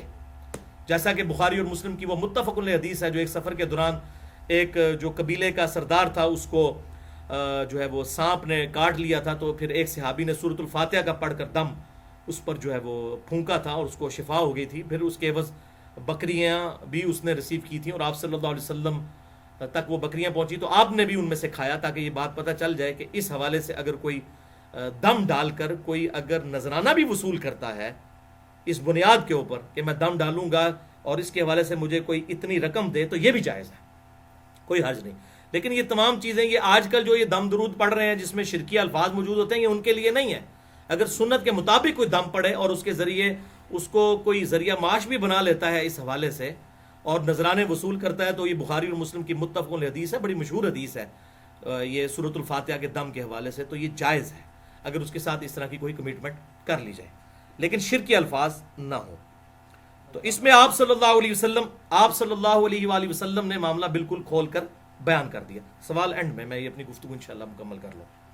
اچھا، چوتھی حدیث بھی صحیح مسلم سے ہے، انٹرنیشنل نمبر کے مطابق 5702، کہ آپ صلی اللہ علیہ وسلم نے ارشاد فرمایا العین حق، نظر کا لگ جانا یہ حق بات ہے کہ ایسا ہو جاتا ہے، نظر لگ جاتی ہے۔ پھر آپ صلی اللہ علیہ وسلم نے ساتھ ہی ارشاد فرمایا اگر کوئی شے تقدیر پر بھی سبقت لے جاتی تو وہ نظر ہے، اور جب نظر لگ جائے اور کوئی شخص تم سے غسل کا مطالبہ کرے تو اس کے لیے غسل کر دیا کرو۔ اب یہ ایک پورا معاملہ ہے، یہ غسل کرنا کیا ہے، وہ بخاری اور مسلم میں حدیثیں ملتی ہیں، الموطا امام مالک میں بھی ڈیٹیل کے ساتھ، کہ ایک صحابی تھے سیدنا سہل بن حنیف رضی اللہ تعالیٰ عنہ، ان کو نہاتے ہوئے دوسرے صحابی نے دیکھا، عامر بن ربیعہ رضی اللہ تعالیٰ عنہ نے۔ تو یہ سہل بن حنیف بڑے خوبصورت تھے، ان کا جسم جو ہے بڑا گورا چٹا تھا، تو عامر بن ربیعہ رضی اللہ تعالیٰ عنہ نے کہا کہ کتنا خوبصورت جسم ہے، ماشاء اللہ نہیں کہا، کوئی دعائے برکت نہیں دی بلکہ تعریف کی، بس وہ کیا تھا، وہ موندے پہ گئے، فوراً ہی ایسی نظر لگی کہ وہ سخت تکلیف میں چلے گئے۔ تو آپ صلی اللہ علیہ وسلم کے پاس جب یہ بات پہنچی تو آپ نے بلا کے عامر بن ربیعہ کو ڈانٹا اور فرمایا کہ تم اپنے بھائی کو قتل کرنا چاہتے ہو، تمہیں تو یہ کہنا چاہیے تھا کہ اللہ تعالیٰ نے اسے برکت دی ہے، ماشاءاللہ، اس قسم کے الفاظ استعمال کرنے چاہیے تھے، اور یہ ہماری مسلمانوں کی ٹریڈیشنز ہیں، سبحان اللہ، الحمدللہ، انشاءاللہ، ماشاءاللہ۔ وہ سورۃ الکہف میں بھی آتا ہے، وہ جو باغ میں داخل ہوا تو اللہ تعالیٰ اس نے ماشاءاللہ نہیں کہا، تو پھر دیکھیں باغ کے ساتھ کیا اشر ہوا۔ تو ایون اپنے بیوی بچوں کو، اپنے خاندان کو دیکھنا اور کسی بات سے خوش ہو، اپنی نظر بھی بعض اوقات انسان کی لگ جاتی ہے، تو فوراً پڑھنا چاہیے ماشاءاللہ، جیسا اللہ نے چاہا، ٹھیک ہے، لا حول ولا قوت الا باللہ۔ تو اس قسم کے کلمات اللہ کی طرف ان چیزوں کو منسوب کرنا چاہیے، ورنہ نظر لگ جاتی ہے، یہ برحق ہے نظر کا لگ جانا۔ تو کتنے الفاظ زبردست ہیں، صحیح مسلم 5702، کہ اگر تقدیر پر بھی کوئی بات غلبہ پا لیتی، اگر یہ ہوگا تو نہیں لیکن اگر پا سکتی، تو یہ اتنی سٹرونگ چیز ہے نظر کا لگ جانا۔ جب غسل کا مطالبہ کیا جائے تو غسل کرو، اور وہ میں واقعہ سنا رہا تھا جو آپ بخاری اور مسلم میں ہے، الموطا امام مالک میں بھی ڈیٹیل کے ساتھ آیا، مشکات میں بھی موجود ہے۔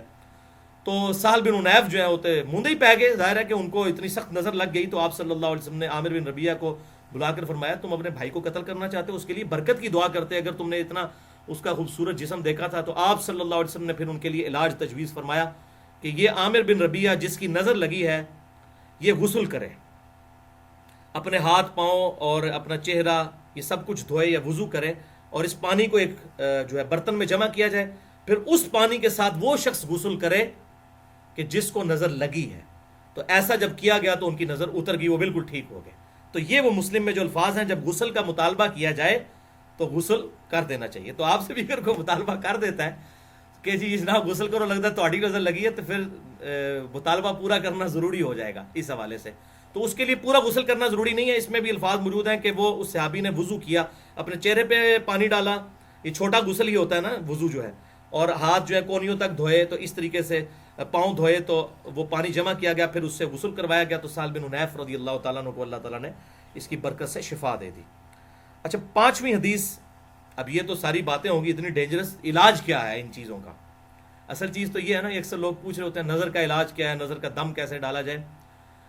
تو دم تو مختلف لوگوں نے ایکسپیرینس سے بھی حاصل کیے ہیں۔ سورہ قلم کی جو آخری آیات ہیں، وَإِن يَكَادُ الَّذِينَ كَفَرُوا لَيُزْلِقُونَ، یہ میں آپ کو پڑھ کے بھی سنا دیتا ہوں، اس کا تھوڑا ترجمہ بھی اس حوالے سے، یہ بڑی امپورٹنٹ آیات ہیں، یہ حدیث میں تو نہیں ہے لیکن لوگوں کا ایکسپیرینس ہے نظر بد کے حوالے سے۔ سورہ قلم جو ہے، سورہ الملک سے جو فوراً بعد آگے صورت ہے وہ سورہ ہے سورہ قلم، تو اس کی آخری آیات جو ہیں، آخری آیت 51 اور 52 جو ہے، وَإِن يَكَادُ الَّذِينَ كَفَرُوا لَيُزْلِقُونَكَ بِأَبْصَارِهِمْ لَمَّا سَمِعُوا الذِّكْرَ، کہ یہ کافر تو یہ چاہتے ہیں کہ وہ ضرور تمہیں نظر لگا دیں اپنی آنکھوں کے ذریعے جب وہ الذکر قرآن سنتے ہیں۔ تو یہ کافروں نے باقاعدہ بندے بلائے تھے نظر لگانے والے کہ آپ صلی اللہ علیہ وسلم کو نظر لگا دیں کس طریقے سے۔ تو آپ صلی اللہ علیہ وسلم جب قرآن پڑھتے تھے تو وہ ایسے نظر سے دیکھتے رہتے تھے کہ حضور صلی اللہ علیہ وسلم کو کسی طریقے سے نظر لگ جائے تو یہ جو دعوت ہے رک جائے۔ اب ان کو کیا پتا تھا، وہ تو اللہ کے پیغمبر ہے، وہ تو اللہ کی حفاظت میں ہے۔ تو یہ وہ اس بات کا ذکر ہوا، تو اب لوگوں نے ڈسکوری کی کہ یہ نظر کے اوپر یہ آیات نازل ہوئی ہیں تو یہ پڑھ کے پھونکیں۔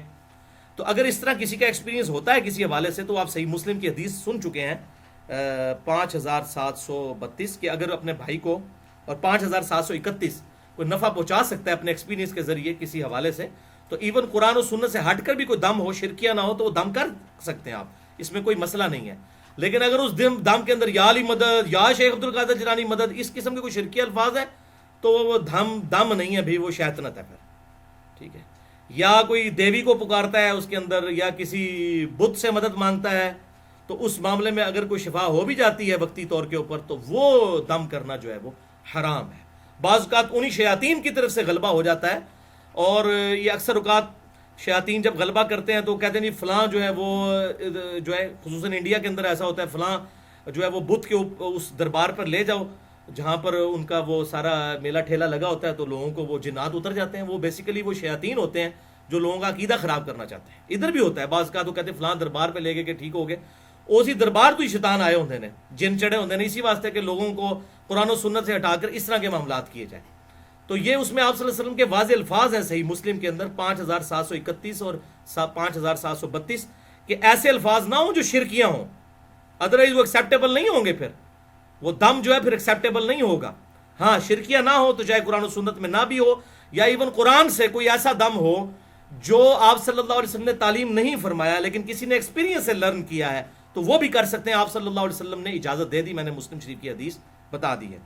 تو یہ آیت وَإِن يَكَادُ الَّذِينَ كَفَرُوا لَيُزْلِقُونَكَ بِأَبْصَارِهِمْ لَمَّا سَمِعُوا الذِّكْرَ، اور یہ کافر کہتے ہیں کہ تو نظر لگا کے ضرور آپ صلی اللہ علیہ وسلم کو نظر لگا دیں گے، اس طرح آپ کو یہ آنکھیں پھاڑ کر دیکھتے ہیں جب آپ قرآن الذکر پڑھ رہے ہوتے ہیں. وَيَقُولُونَ إِنَّهُ لَمَجْنُونَ، اور کہتے ہیں کہ یہ تو مجنون ہے معاذ اللہ نبی. وَمَا هُوَ إِلَّا ذِكْرٌ لِّلْعَالَمِينَ، اور یہ قرآن تو نہیں ہے مگر نصیحت تمام جہان والوں کے لیے. اور یہ جو ہے ضمیر آپ صلی اللہ علیہ وسلم کی طرف بھی لوٹ سکتی ہے کہ آپ صلی اللہ علیہ وسلم تو نہیں، دعوت حق کرنے والے مگر سارے جہان والوں کے لیے. تو اللہ کی طرف سے آپ صلی اللہ علیہ وسلم اللہ کے ریپریزنٹیٹو بن کر آئے ہیں، ان کو نہیں نظر لگ سکتی. تو بعض لوگ یہ آیت بھی دم کر کے، لوگوں کا ایکسپیرینس ہے کہ نظر لگی ہو تو یہ پڑھ کر پھونکا جائے تو شفا ہو جاتی ہے.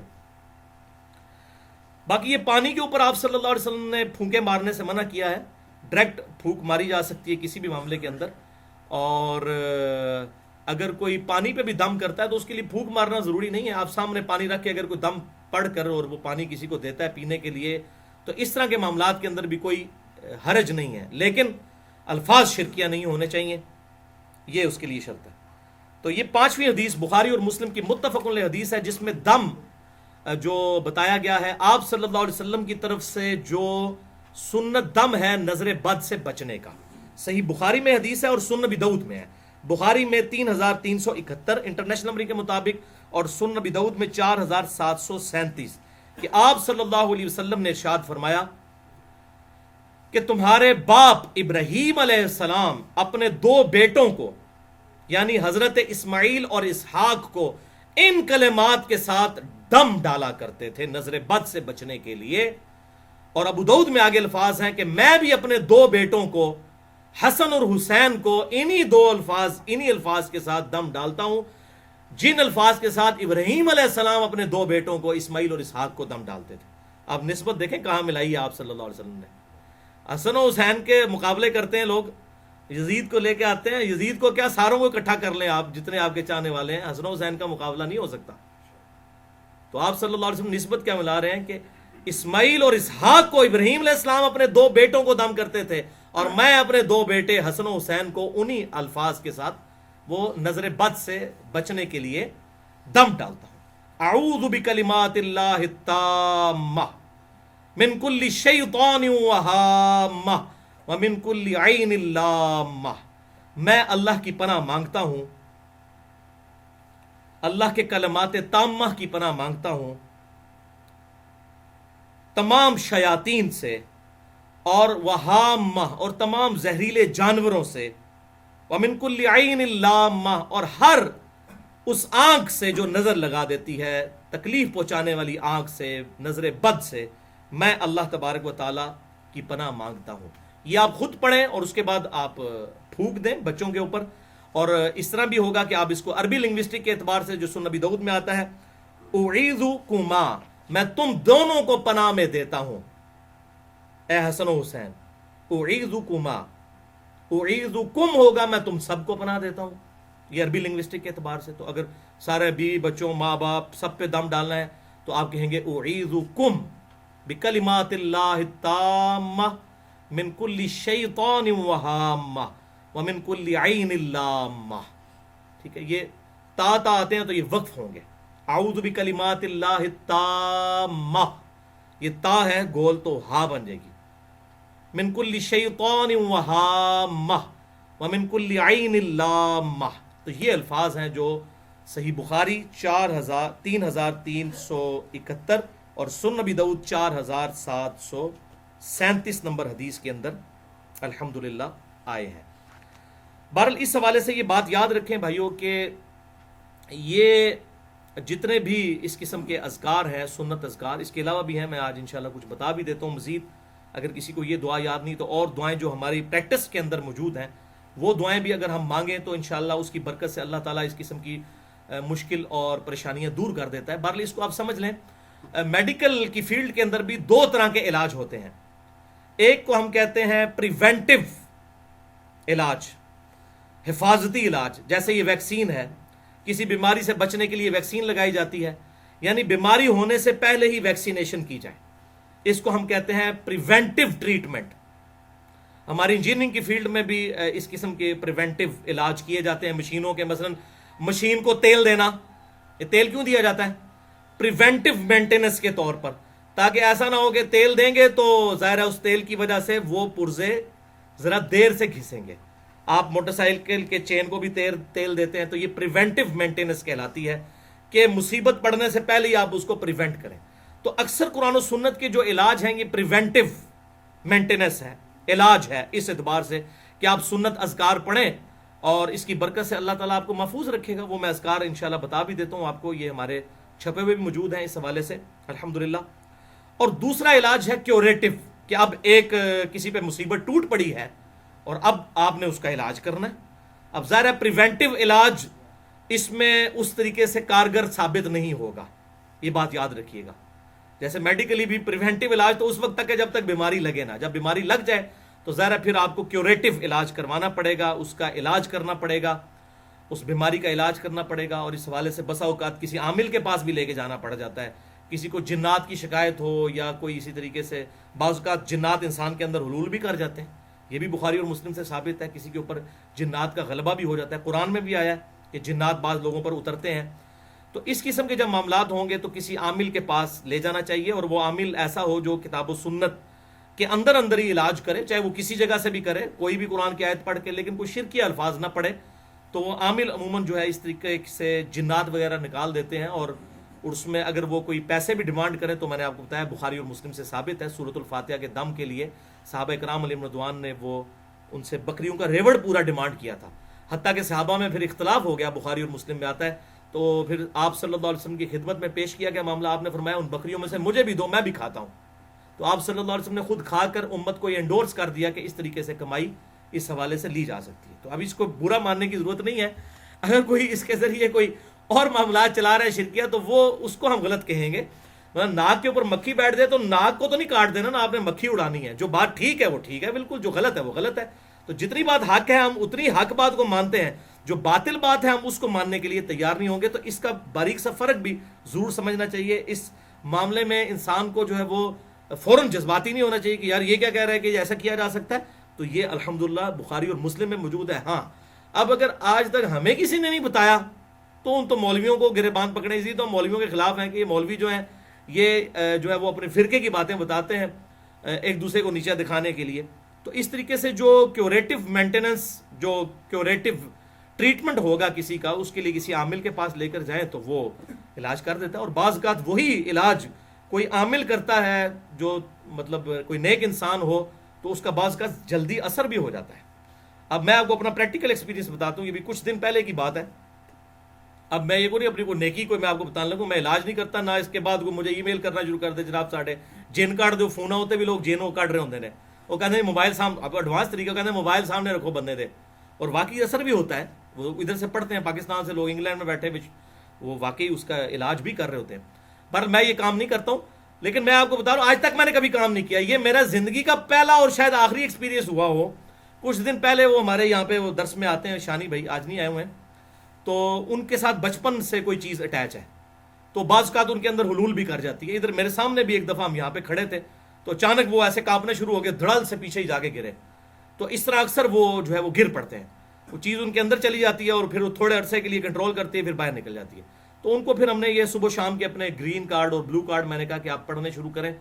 تو مجھے وہ 2 ہفتے پہلے کی بات ہے, مسجد میں زور کے بعد ہم بیٹھے ہوئے تھے, مجھے کہتے ہیں جی ولی بھائی بڑا فائدہ ہوا ہے اس کے ذریعے نا, اب میرے اندر نہیں وہ چیز جاتی کم از کم, اب باہر آ کے کھڑی ہو جاتی ہے. لیکن میں جب وہ باہر آ کے کھڑی ہوتی ہے تو میں پھر ذکر نہیں کرتا, میں چاہتا ہوں ایک دفعہ میرے سامنے آ جاؤ, میں خدا نہ ہے تو مقابلہ کرنا ہے بھائی, میرے سامنے آ جائے ایک دفعہ.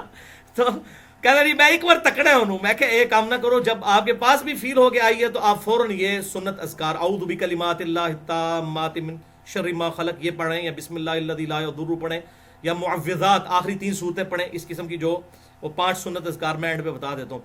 تو بہرحال وہ بیٹھے ہوئے تھے نا, اتنی مجھ سے گفتگو کرتے ہوئے کہتے ہیں علی بھائی آ گئی چیز دوبارہ. تو کہتے ہیں بالکل میرے پیچھے آگے بیٹھ گئی اور اس نے مجھے یوں نہ پکڑ لیا. تو میں نے نا ان کو اسی وقت نا ان کے کندھے پہ نا اپنا ہاتھ رکھ کے نا, تو میں نے بلند آواز سے پڑھا اعوذ بکلمات اللہ التامہ من کل شیطان وہامہ ومن کل عین لامہ. کہتے ہیں جی غائب ہو گئی ہے. تو اس طریقے سے یہ ان اذکار کی برکت ہے فوراً پڑھنے سے. تو میں نے کہا بھائی آپ یہ دعا بھی یاد کریں اور فوراً پڑھا کریں, مقابلہ نہ کریں کسی کے ساتھ, اپنی روحانیت کو کوئی ٹیسٹ نہیں کروانا کسی نے. جب ایسے معاملات ہوں تو اللہ تعالیٰ کے آپ پناہ میں آنے کی کوشش کریں سنت اذکار کے ذریعے. اس حوالے سے میں نے بڑی ڈیٹیل گفتگو کی ہے, مسئلہ نمبر 82 کے نام سے اسماء اعظم جو ہیں سنت اذکار, اور اس میں نے یہ اپنے جو بلو کارڈ اور گرین کارڈ ہے ان کا تعارف بھی اس میں کروایا تھا. یہ دنیا دار لوگ بھی گرین کارڈ اور بلو کارڈ دیتے ہیں اور ہم بھی دیتے ہیں. یہ گرین کارڈ جو ہے یہ فرض نماز کے بعد کے اذکار ہیں, اور بلو کارڈ صبح و شام کے سنت اذکار ہیں. تو یہ الحمدللہ ہماری جو ویب سائٹ ہے ahlsunnatpark.com, اس پہ اس کا اوریجنل PDF کورل ڈرا کی فائل سے ہم نے جو ہے وہ ڈیٹیکٹ کر کے ڈالا ہوا ہے. وہ 5 MB کی فائل ہے, وہ اپنے آپ اس پہ کریں. اس کا اینڈرائڈ بھی انشاءاللہ ایک بھائی ہمارے بنا رہے ہیں, وہ اینڈرائڈ بھی اس کا بن جائے گا, آپ کے اینڈرائڈ فونز کے لیے اویلیبل ہوگا. بل یہ PDF فارم میں, تو بلو کارڈ اور گرین کارڈ ضرور ڈاؤن لوڈ کریں. اور یہ الحمدللہ ہم نے اب ہزاروں کی تعداد میں چھپوائے ہیں, انشاءاللہ آپ کو مل بھی جائیں گے. ان میں یہ سنت اذکار لکھے ہیں. بہرحال میں نے آسانی کے لیے انہی میں سے 5 سنت اذکار جو ہیں یہ الگ سے پرنٹ بھی کروائے تھے. یہ جو ہمارا ریسرچ پیپر نمبر 7 ہے اس کا آخری پیج, یہ 10 کمانڈمنٹس والا جو ہے, اس کے آخری پیج پہ یہ ہم نے اذکار لکھے ہیں. جادو ٹونا, وبائی امراض اور قدرتی حادثات سے بچاؤ کے صحیح سنت وظائف.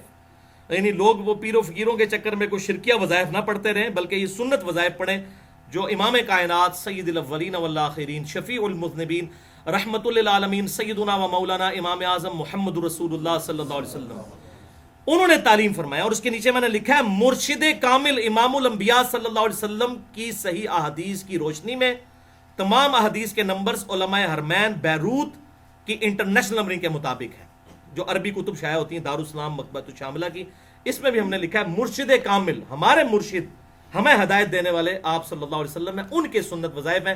یہ قادری, چشتی, نقشبندی, سہروردی یہ اس سلسلے کے نہیں, بلکہ ہمارے محبوب صلی اللہ علیہ وسلم کے سنت اذکار ہیں. تو اسی بلو کارڈ میں سے یہ 5 وظائف ہم نے نکالے ہیں صبح و شام کے اذکار میں سے 5. اگر کوئی یہ سارے نہیں کر سکتا, 15-20 اذکار ہیں, 5 یہ ہم ایک نشست میں بیٹھ کے میرا خیال ہے 5 سے 10 منٹ میں انسان کر سکتا ہے. صبح کرنے ایک دفعہ, شام کو.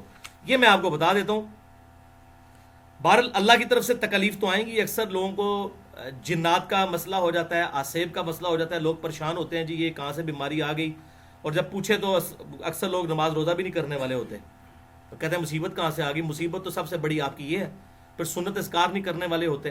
پھر اس کے باوجود بھی اگر کسی کے ساتھ کوئی ایسا مسئلہ بن جائے تو وہ سنت اذکار کے اوپر استقامت اختیار کرے, اپنے آپ کو امپروو کرنے کی کوشش کرے. انشاءاللہ آپ کی روحانیت مضبوط ہوگی تو اس حوالے سے معاملات سیدھے ہو جائیں گے. میں نے اسماء اعظم اور دعا کی قبولیت اور سنت اذکار یہ گرین اور بلو کے حوالے سے مسئلہ نمبر 82 میں یہ گفتگو کی ہے, کس طریقے سے یہ سنت اذکار فائدہ پہنچاتے ہیں, کون سی اسماء اعظم ہے جس کے ذریعے دعا قبول ہوتی ہے.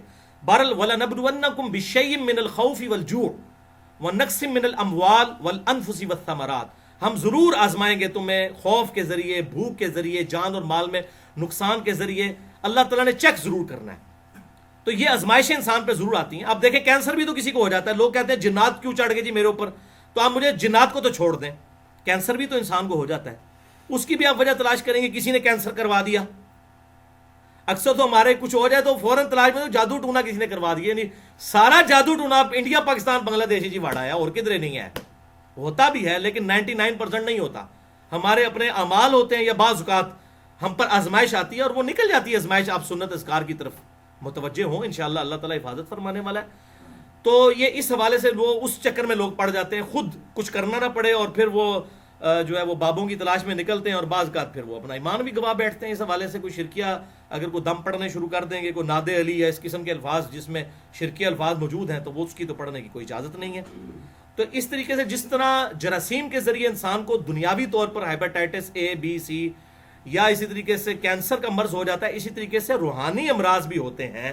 انسان کو کبھی آسیب کا سایہ ہو جانا، کوئی جنات کا گھس جانا کسی بندے کے اندر، یا جادو ٹونا کا ہو جانا، لیکن اس کا علاج ہمارے محبوب صلی اللہ علیہ وسلم نے تعلیم فرمایا ہوا ہے. بہرحال یہ کہنا کہ جی وہ بندش ہو جاتی ہے، کوئی رزق بند کر، بھائی کسی کا کوئی رزق بند نہیں کر سکتا. یہ معاملات یاد رکھیں. اس طریقے سے تقدیر میں کوئی کسی کی آزمائش کسی کی آ سکتی ہے. میرے 6.5 گھنٹے کے 4 لیکچر ایکسکلوسیو ہے اس ٹاپک پہ. مسئلہ نمبر 103، 104A، 104B، 104C. اللہ کی طرف سے رزق کی تقسیم کا مسئلہ کیا ہے، اور مسئلہ تقدیر اور انسان کی پیدائش کا مقصد. اس ٹاپک پہ تقریباً 200 کے قریب آیات کراس ریفرنس کے طور پر پورے قرآن حکیم سے میں نے 6.5 گھنٹے میں 4 لیکچرز کے اندر وہ کور کیے ہیں. بہرحال یہ آخر میں 5 وظائف آپ سن لیں. یہ وہ وظائف ہیں جو انشاءاللہ ہم آسانی سے کر سکتے ہیں، کیونکہ یہ ہمیں یاد بھی ہیں. تو کم از کم یہ 5 وظائف آپ یاد رکھیں. اگر وہ دعا یاد بھی نہیں ہے، اعوذ بکلمات اللہ التامہ من کل شیطان وہامہ ومن کل عین لامہ، وہ یاد نہ بھی ہو، یہ اذکار ہمیں یاد ہیں. یہ بہت پاورفل ہیں، اور ان میں سے بعض اذکار تو اس سے بھی زیادہ پاورفل ہیں الحمدللہ. یہ 5 سنت اذکار صبح و شام کے میں نے اسی بلو کارڈ میں سے الگ سے جو ہے پرنٹ کروائے ہیں. آپ یہ ریسرچ پیپر نمبر 7 اگر ڈاؤن لوڈ کر لیں ahlsunnatpak.com سے، اس کے آخری پیج پہ یہ لکھے ہوئے ہیں. ہم ہزاروں کی تعداد میں اس کی ہارڈ کاپیز بھی تقسیم کرتے ہیں. پہلا وظیفہ سن لیں، آیت الکرسی کا وظیفہ. سورۃ البقرہ کی آیت نمبر 255، جس کے بارے میں صحیح بخاری میں انٹرنیشنل نمبر کے مطابق 2311 نمبر حدیث ہے کہ آپ صلی اللہ علیہ وسلم نے اس بات کو انڈورس کیا جب شیطان انسانی شکل میں حضرت ابو ہریرہ کے پاس آیا رضی اللہ تعالیٰ عنہ. بڑی ڈیٹیل حدیث ہے. اینڈ پہ اس نے ایک وظیفہ بتایا حضرت ابو ہریرہ کو، اور کہا کہ اے ابو ہریرہ، اگر تم رات کو سونے سے پہلے آیت الکرسی سورۃ البقرہ کی آیت نمبر 255 پڑھ لو گے، اللہ لا الہ الا هو الحی القیوم وهو العلی العظیم تک، تو پوری رات اللہ تعالیٰ کی طرف سے ایک فرشتہ تمہاری حفاظت پر مامور ہو جائے گا. فرشتے کو پکارنا نہیں، پکارنا اللہ کو ہے، اللہ مامور کر دے گا.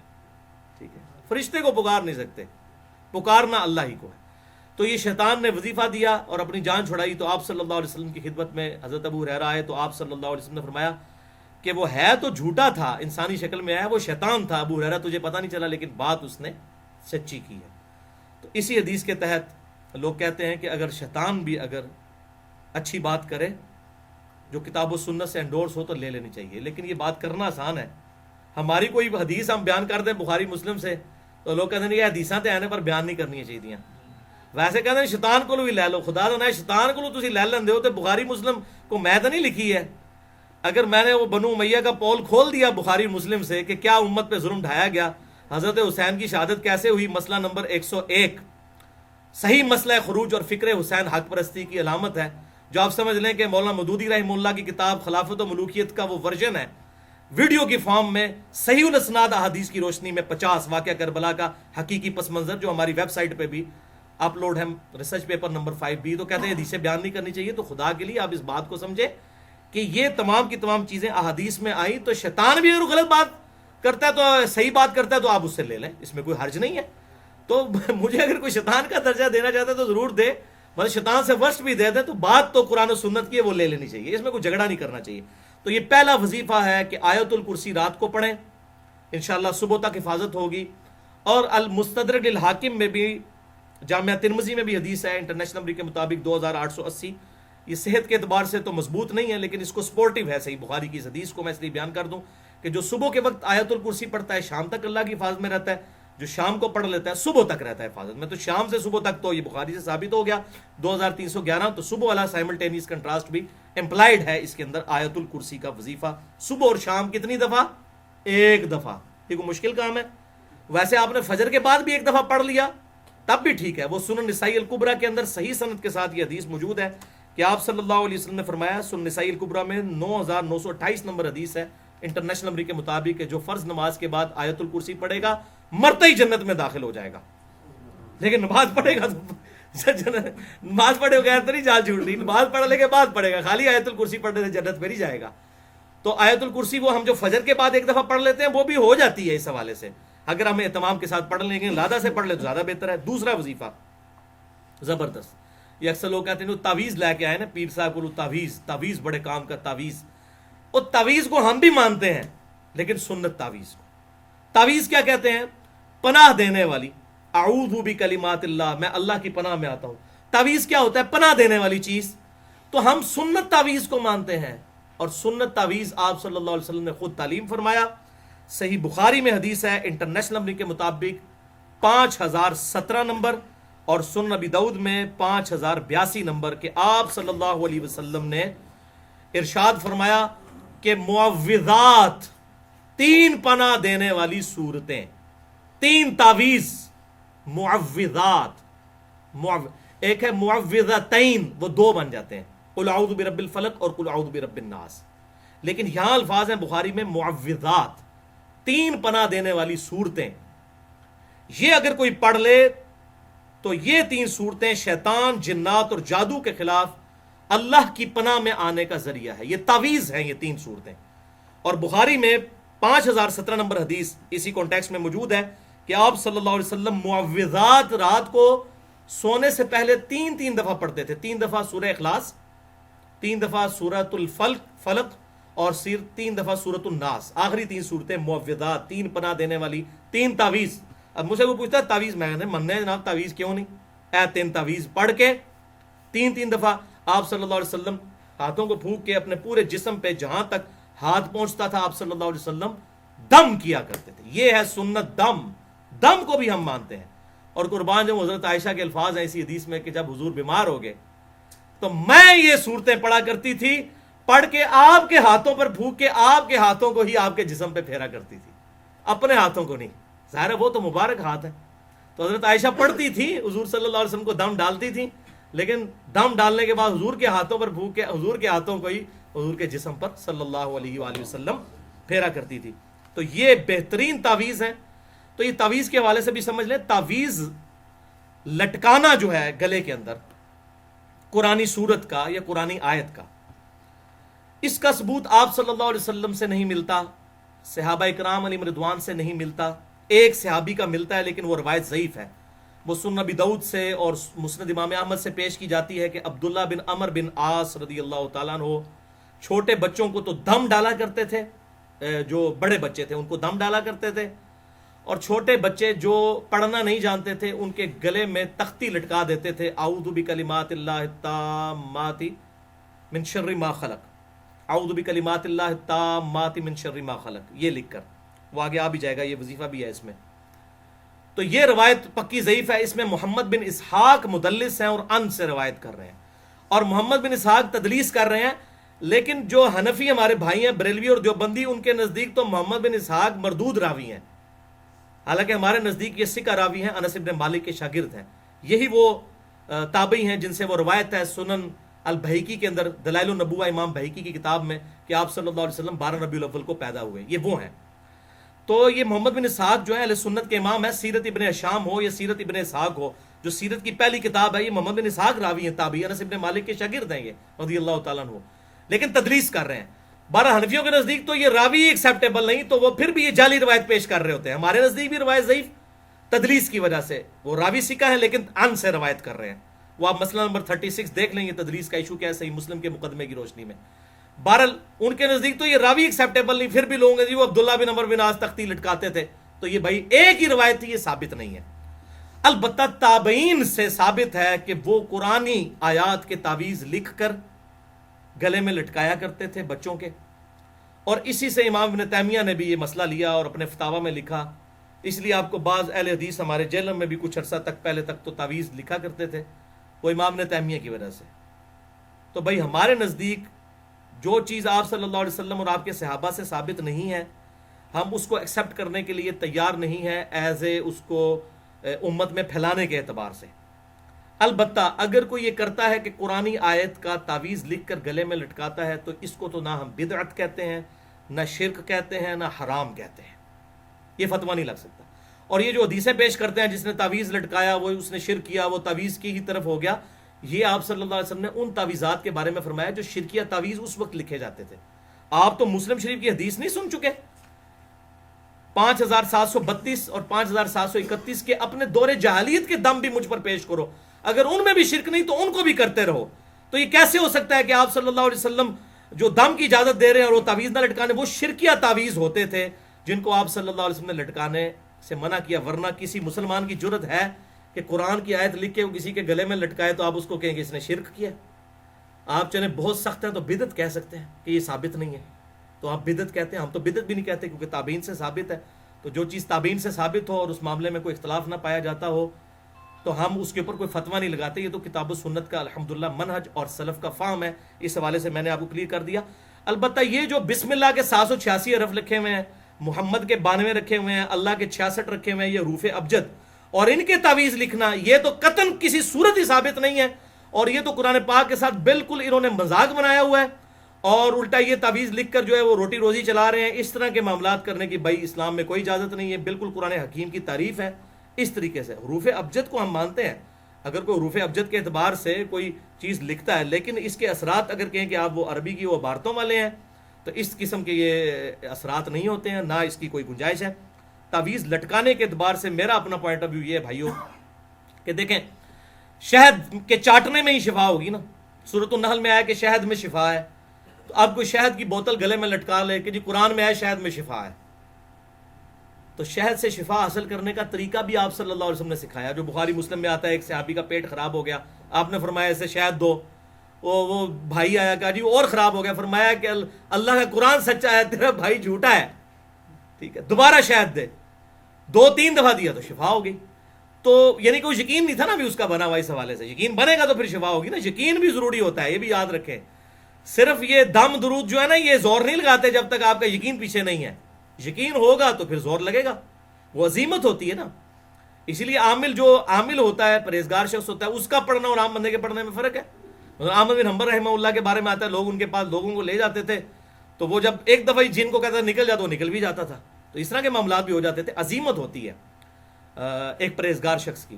تو بہرحال میرا اس میں پوائنٹ آف ویو یہ ہے کہ جیسے شہد کی بوتل نہیں گلے میں لٹکائی جا سکتی، لٹکا سکتا ہے کوئی کہے گا لٹکائیں، ہم کہیں گے شہد کو چاٹے تب شفا ہوگی، تو طریقہ بتایا ہے۔ تو قرآن میں جو شفا آئی سورہ بنی اسرائیل میں آیا کہ قرآن میں شفا ہے، سورہ یونس میں آیا کہ شفا ہے، اس شفا کو حاصل کرنے کا طریقہ تو بتا دیا۔ یہ 3 تعویذ ہیں معوذات، 3 پناہ دینے والی صورتیں، قل هو اللہ احد اور قل اعوذ برب الفلق اور قل اعوذ برب الناس، یہ پڑھ کر پھونکیں، یہ ہمارے ان اذکار میں موجود ہے۔ دوسرا وظیفہ ہے۔ تیسرا وظیفہ صحیح مسلم میں 6844 نمبر حدیث، سنن ابی داؤد میں 5077 نمبر کہ آپ صلی اللہ علیہ وسلم نے فرمایا 10 دفعہ جو یہ کلمات پڑھ لے صبح کے وقت اور 10 دفعہ شام کے وقت، اگر یہ صبح 10 دفعہ پڑھ لے تو 4 غلام حضرت اسماعیل علیہ السلام کی اولاد سے آزاد کرنے کا ثواب، اور دن رات میں ہر خطرناک چیز اور شیطان کے خلاف قلعہ ہو جائیں گے یہ کلمات، اور بڑے آسان ہیں۔ لا الہ الا اللہ وحدہ لا شریک لہ لہ الملک ولہ الحمد وہو علی کل شیء قدیر۔ کوئی مشکل ہے؟ 10 دفعہ صبح، 10 دفعہ آپ نے شام کو پڑھنا ہے یہ کلمات۔ اچھا جی، چوتھا وظیفہ سیکنڈ لاسٹ زبردست ہے، جامعہ ترمذی میں 3388، سنن ابی داؤد میں 5088 کہ آپ صلی اللہ علیہ وسلم نے فرمایا کہ جو شخص صبح کے وقت یہ کلمات 3 دفعہ صرف پڑھ لے تو شام تک کوئی ناگہانی آفت اور مصیبت اسے نہیں آئے گی، اور جو شام کو 3 دفعہ پڑھ لے صبح تک نہیں آئے گی۔ بسم اللہ الذی لا یضر مع اسمہ شیء فی الارض ولا فی السماء وهو السمیع العلیم، اللہ کے نام کے ساتھ کہ جس کے نام کی برکت سے زمین و آسمان میں کوئی چیز نقصان نہیں پہنچا سکتی، وہی سننے والا اور علم رکھنے والا ہے۔ یہ آپ شام کو پڑھ لیں صبح تک اللہ کی حفاظت میں، صبح پڑھ لیں شام تک، شیطان کے خلاف قلعہ ہیں یہ الفاظ، الحمدللہ۔ اور یہ حدیث بڑی زبردست ہے، ترمذی اور ابو داؤد میں آگے بھی الفاظ چلتے ہیں اس حدیث میں کہ یہ حدیث پتہ کس نے بیان کی؟ حضرت عثمان غنی کا بیٹا تھا ابان بن عثمان، اس نے یہ حدیث بیان کی ایک تبع تابعی کو. تو اس تبع تابعی نے جب یہ حدیث سنی تو بڑے غور سے ابان کو دیکھا، کیونکہ حضرت ابان جو تھے رحمہ اللہ ان پہ فالج کا اٹیک ہوا تھا، ان کے جسم پہ راشا تھا. تو انہوں نے کہا یہ حضرت مجھے تو وظیفہ بتا رہے ہیں، خود تو اتنی بڑی مصیبت میں پڑے ہوئے ہیں کہ ان کے اوپر فالج گر گیا ہوا ہے. ٹھیک ہے، تو حضرت ابان نے فرمایا اللہ کی قسم میں نے عثمان اپنے باپ پر جھوٹ نہیں باندھا، یہ وظیفہ جو تمہیں بتا رہا ہوں جس دن مجھ پر یہ فالج کا اٹیک ہوا اس دن میں یہ صبح وظیفہ پڑھنا بھول گیا تھا، اس لیے تم پر یہ مجھ پر ناگہانی آفت دیکھ رہے ہو کہ میں خود بھول گیا تھا بسم اللہ الذی لا یضر پڑھنا. آپ یقین دیکھیں ان کا کتنا تھا، وہ کہتے ہیں میں وظیفہ نہیں پڑھا اس واسطے میں نے کام پہ گیا. تو منو اینج نہ ویکھ تو کہ بھئی آپ پہ تے فالج دا اٹیک ہے تے سانوں پہ وظیفہ دس دے، کوئی مصیبت نہ ہے تے سب تو بڑی مصیبت تے پئی ہوئی ہے، سب سے بڑی مصیبت تو آپ پہ پڑی ہے کہ آپ پر یہ فالج کا اٹیک ہوا. تو مجھے ایسے مت دیکھو، میں اس دن یہ وظیفہ کرنا بھول گیا تھا. آپ یقین دیکھیں کس لیول کا یقین تھا. یہ جامعہ ترمذی 3388 اور سنن ابی داؤد 5088 نمبر حدیث میں یہ آگے بھی یہ الفاظ موجود ہیں کہ ابان رحمہ اللہ نے وہ بات بتا دی کہ بھائی میں اس دن یہ وظیفہ پڑھنا بھول گیا تھا اور کوئی مسئلہ نہیں تھا، یعنی اگر میں نے یہ وظیفہ پڑھا ہوتا تو میرے ساتھ ایسا معاملہ نہ ہوتا. یہ تھا ان کا یقین اس حوالے. تو یقین میں نے کہا کہ یقین ہوگا تب وظیفہ رنگ لائے گا، ادروائز اگر یقین نہیں ہوگا پھر وظیفہ بھی کوئی کام کرنے والا نہیں ہے. بہرحال یہ بھی نہیں ہو سکتا کہ آپ یہ وظیفہ پڑھ کے تو بسم اللہ الرحمن الرحیم پڑھ کے تو ساکٹ میں 2 انگلیاں ڈال دیں، یہ نہیں ہوگا. یہی قرآن نے کہیں گارنٹی دی ہے کہ آپ جب خود اپنے اوپر مصیبت طاری کریں گے تو مصیبت آپ کے اوپر نہیں آئے گی، آئے گی انشاءاللہ، بجلی لگے گی، آپ جل جائیں گے، ختم بھی ہو سکتے ہیں، یہ ہوگا ایسے. یہ قرآن نے نہیں کہا کہ آپ نے ٹیسٹ کرنا ہے اس کو. بہرحال اس حوالے سے میں آپ کو ایک پرسنل بات بتاتا ہوں. جب شیخ زبیر لیزئی رحمہ اللہ پہ فالج کا اٹیک ہوا، نومبر میں ان کی ڈیتھ ہوئی نا، 10 نومبر 2013 کو، تو 2 مہینے پہلے آپ آ جائے، ستمبر میں، اگست یا ستمبر میں پہلے ہفتے میں ان پہ فالج کا اٹیک ہوا.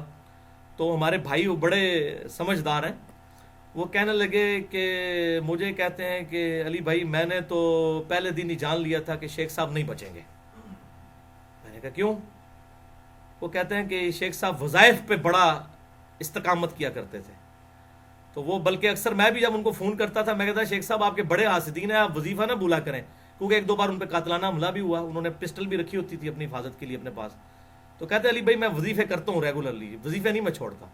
تو مجھے بھائی کہتے ہیں کہ مجھے نہیں لگتا شیخ صاحب اب بچیں گے، کیونکہ موت کو کوئی وظیفہ نہیں ٹال سکتا. یعنی اگر کسی کی اس بیماری میں موت لکھی ہوئی ہے نا، اس بیماری میں موت، پھر یہ وظیفہ اثر نہیں کرے گا، کیونکہ موت تو اٹل ہے، وہ تو ڈیفائن ہے، وہ تو قرآن میں آیا ایک لمحہ نہ آگے نہ پیچھے. اگر کسی بیماری نے آپ کو موت کے دروازے تک لے کر جانا ہے پھر وہ اس وظیفے سے نہیں ٹلے گی. تو یہ بھی ذرا ذہن میں رکھنا ہے اس حوالے سے، ورنہ کوئی کہ جی موت بھی تو بہت بڑی مصیبت ہے، وہ ٹل جائے تو موت نہیں ٹل سکتی. تو وہی ہوا. اللہ تعالیٰ ان کی غلطیاں معاف کرے، ان کو نیک کاموں کا اجر عطا فرمائے. بالو ان کی جو علمی خدمات ہیں اس پہ میرا ویڈیو لیکچرز کے پروفز کے ساتھ مسئلہ نمبر 80 ریکارڈ ہے. شیخ زبیر علی زئی رحمہ اللہ ایک حق گو عالم دین. اور اکثر آج لوگ میرے اوپر بڑی تہمتیں بھی لگاتے ہیں اور فیس بک پہ بھی چڑھا دیتے ہیں کہ یہ اپنی طرف سے کوئی شیخ صاحب پہ جھوٹ باندھتا تھا. بھئی میں نے وہ گن پوائنٹ پہ وہ ویڈیوز ریکارڈ کروائی ہیں. میری ہر بات کے ساتھ شیخ صاحب کے جو 12 موقف جس میں وہ آج کل کے اہل حدیث علماء سے اختلاف رکھتے تھے وہ پورے ان کے ویڈیو پروفز کے ساتھ موجود ہیں.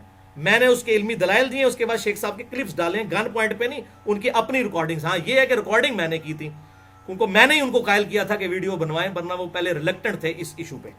بہرحال میں نے یہ ضمناً ذکر کر دیا. اب آخری وظیفہ سن لیں آپ، وہی جو صحیح مسلم میں تھا نا، جو مشکل آپ کو یاد نہیں ہو رہا تھا کیونکہ ہم پڑھتے نہیں ہیں عموماً، جو صحیح بخاری میں 3371 نمبر، اعوذ بکلمات اللہ التامہ من کل شیطان وہامہ ومن کل عین لامہ. اس کی بجائے اگر یہ وظیفہ آپ بچوں پہ پڑھ کے پھونک دیں تو یہ بھی زبردست ہے. صحیح مسلم میں حدیث ہے انٹرنیشنل نمبرنگ کے مطابق 6880 اور مسند احمد میں 7898.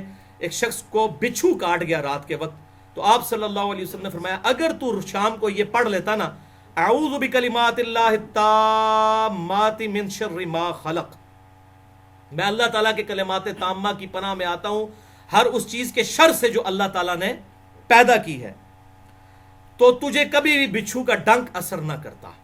یہ حدیث صحیح مسلم مسند احمد میں موجود. 3 دفعہ یہ پڑھ لیتا. تو یہ شام کو پڑھیں، اور اسی میں امپلائڈ ہے صبح کو پڑھیں تو شام تک کوئی اثر نہیں ہوگا کسی بھی زہریلے جانور کا. تو اب یہ 5 وظیفے جو ہیں میں نے الحمدللہ سنت وظائف اس بلو کارڈ سے علیحدہ کر کے یہ ریسرچ پیپر نمبر 7 کے آخری پیج پہ موجود ہیں. اس کو تو آپ ضرور کریں اگر باقی نہیں کر سکتے. میں ان کو پھر رپیٹ کر دیتا ہوں. پہلا وظیفہ آیت الکرسی کا وظیفہ صبح اور شام 1 دفعہ. دوسرا وظیفہ معوذات کا، 3 پناہ دینے والی صورتیں، آخری قرآن کی 3 صورتیں، سورۃ الاخلاص، سورۃ الفلق اور سورۃ الناس. 3 دفعہ رات کو سونے سے پہلے جسم پہ دم کرنا ہے، اور 3 دفعہ صبح کے وقت پڑھنی ہے. اور ہر فرض نماز کے بعد بھی پڑھنا ثابت ہے. فرض نماز کے اذکار میں گرین کارڈ میں آپ دیکھ لیجئے گا. تیسرا وظیفہ جو ہے وہ روزانہ 10 دفعہ پڑھنا ہے صبح کے وقت. لا الہ الا اللہ وحدہ لا شریک لہ لہ الملک ولہ الحمد وہو علی کل شیء قدیر. اور 10 دفعہ شام کو. شیطان اور جنات کے اگینسٹ اللہ تعالیٰ کی حفاظت ہوگی اور مضبوط قلعے میں آ جائیں گے. چوتھا وظیفہ صبح اور شام 3 دفعہ بسم اللہ الذی لا یضر مع اسمہ شیء فی الارض ولا فی السماء وہو السمیع العلیم. اور 5واں وظیفہ صبح اور شام 3 دفعہ. ویسے حدیث میں شام کا ذکر ہے، صبح کا نہیں آیا، وہ اسی میں امپلائڈ ہے اجتہاداً. اعوذ بکلمات اللہ التامات من شر ما خلق. تو یہ اس کا ترجمہ بھی لکھا ہوا ہے گرین کارڈ پہ، بلو کارڈ پہ بھی.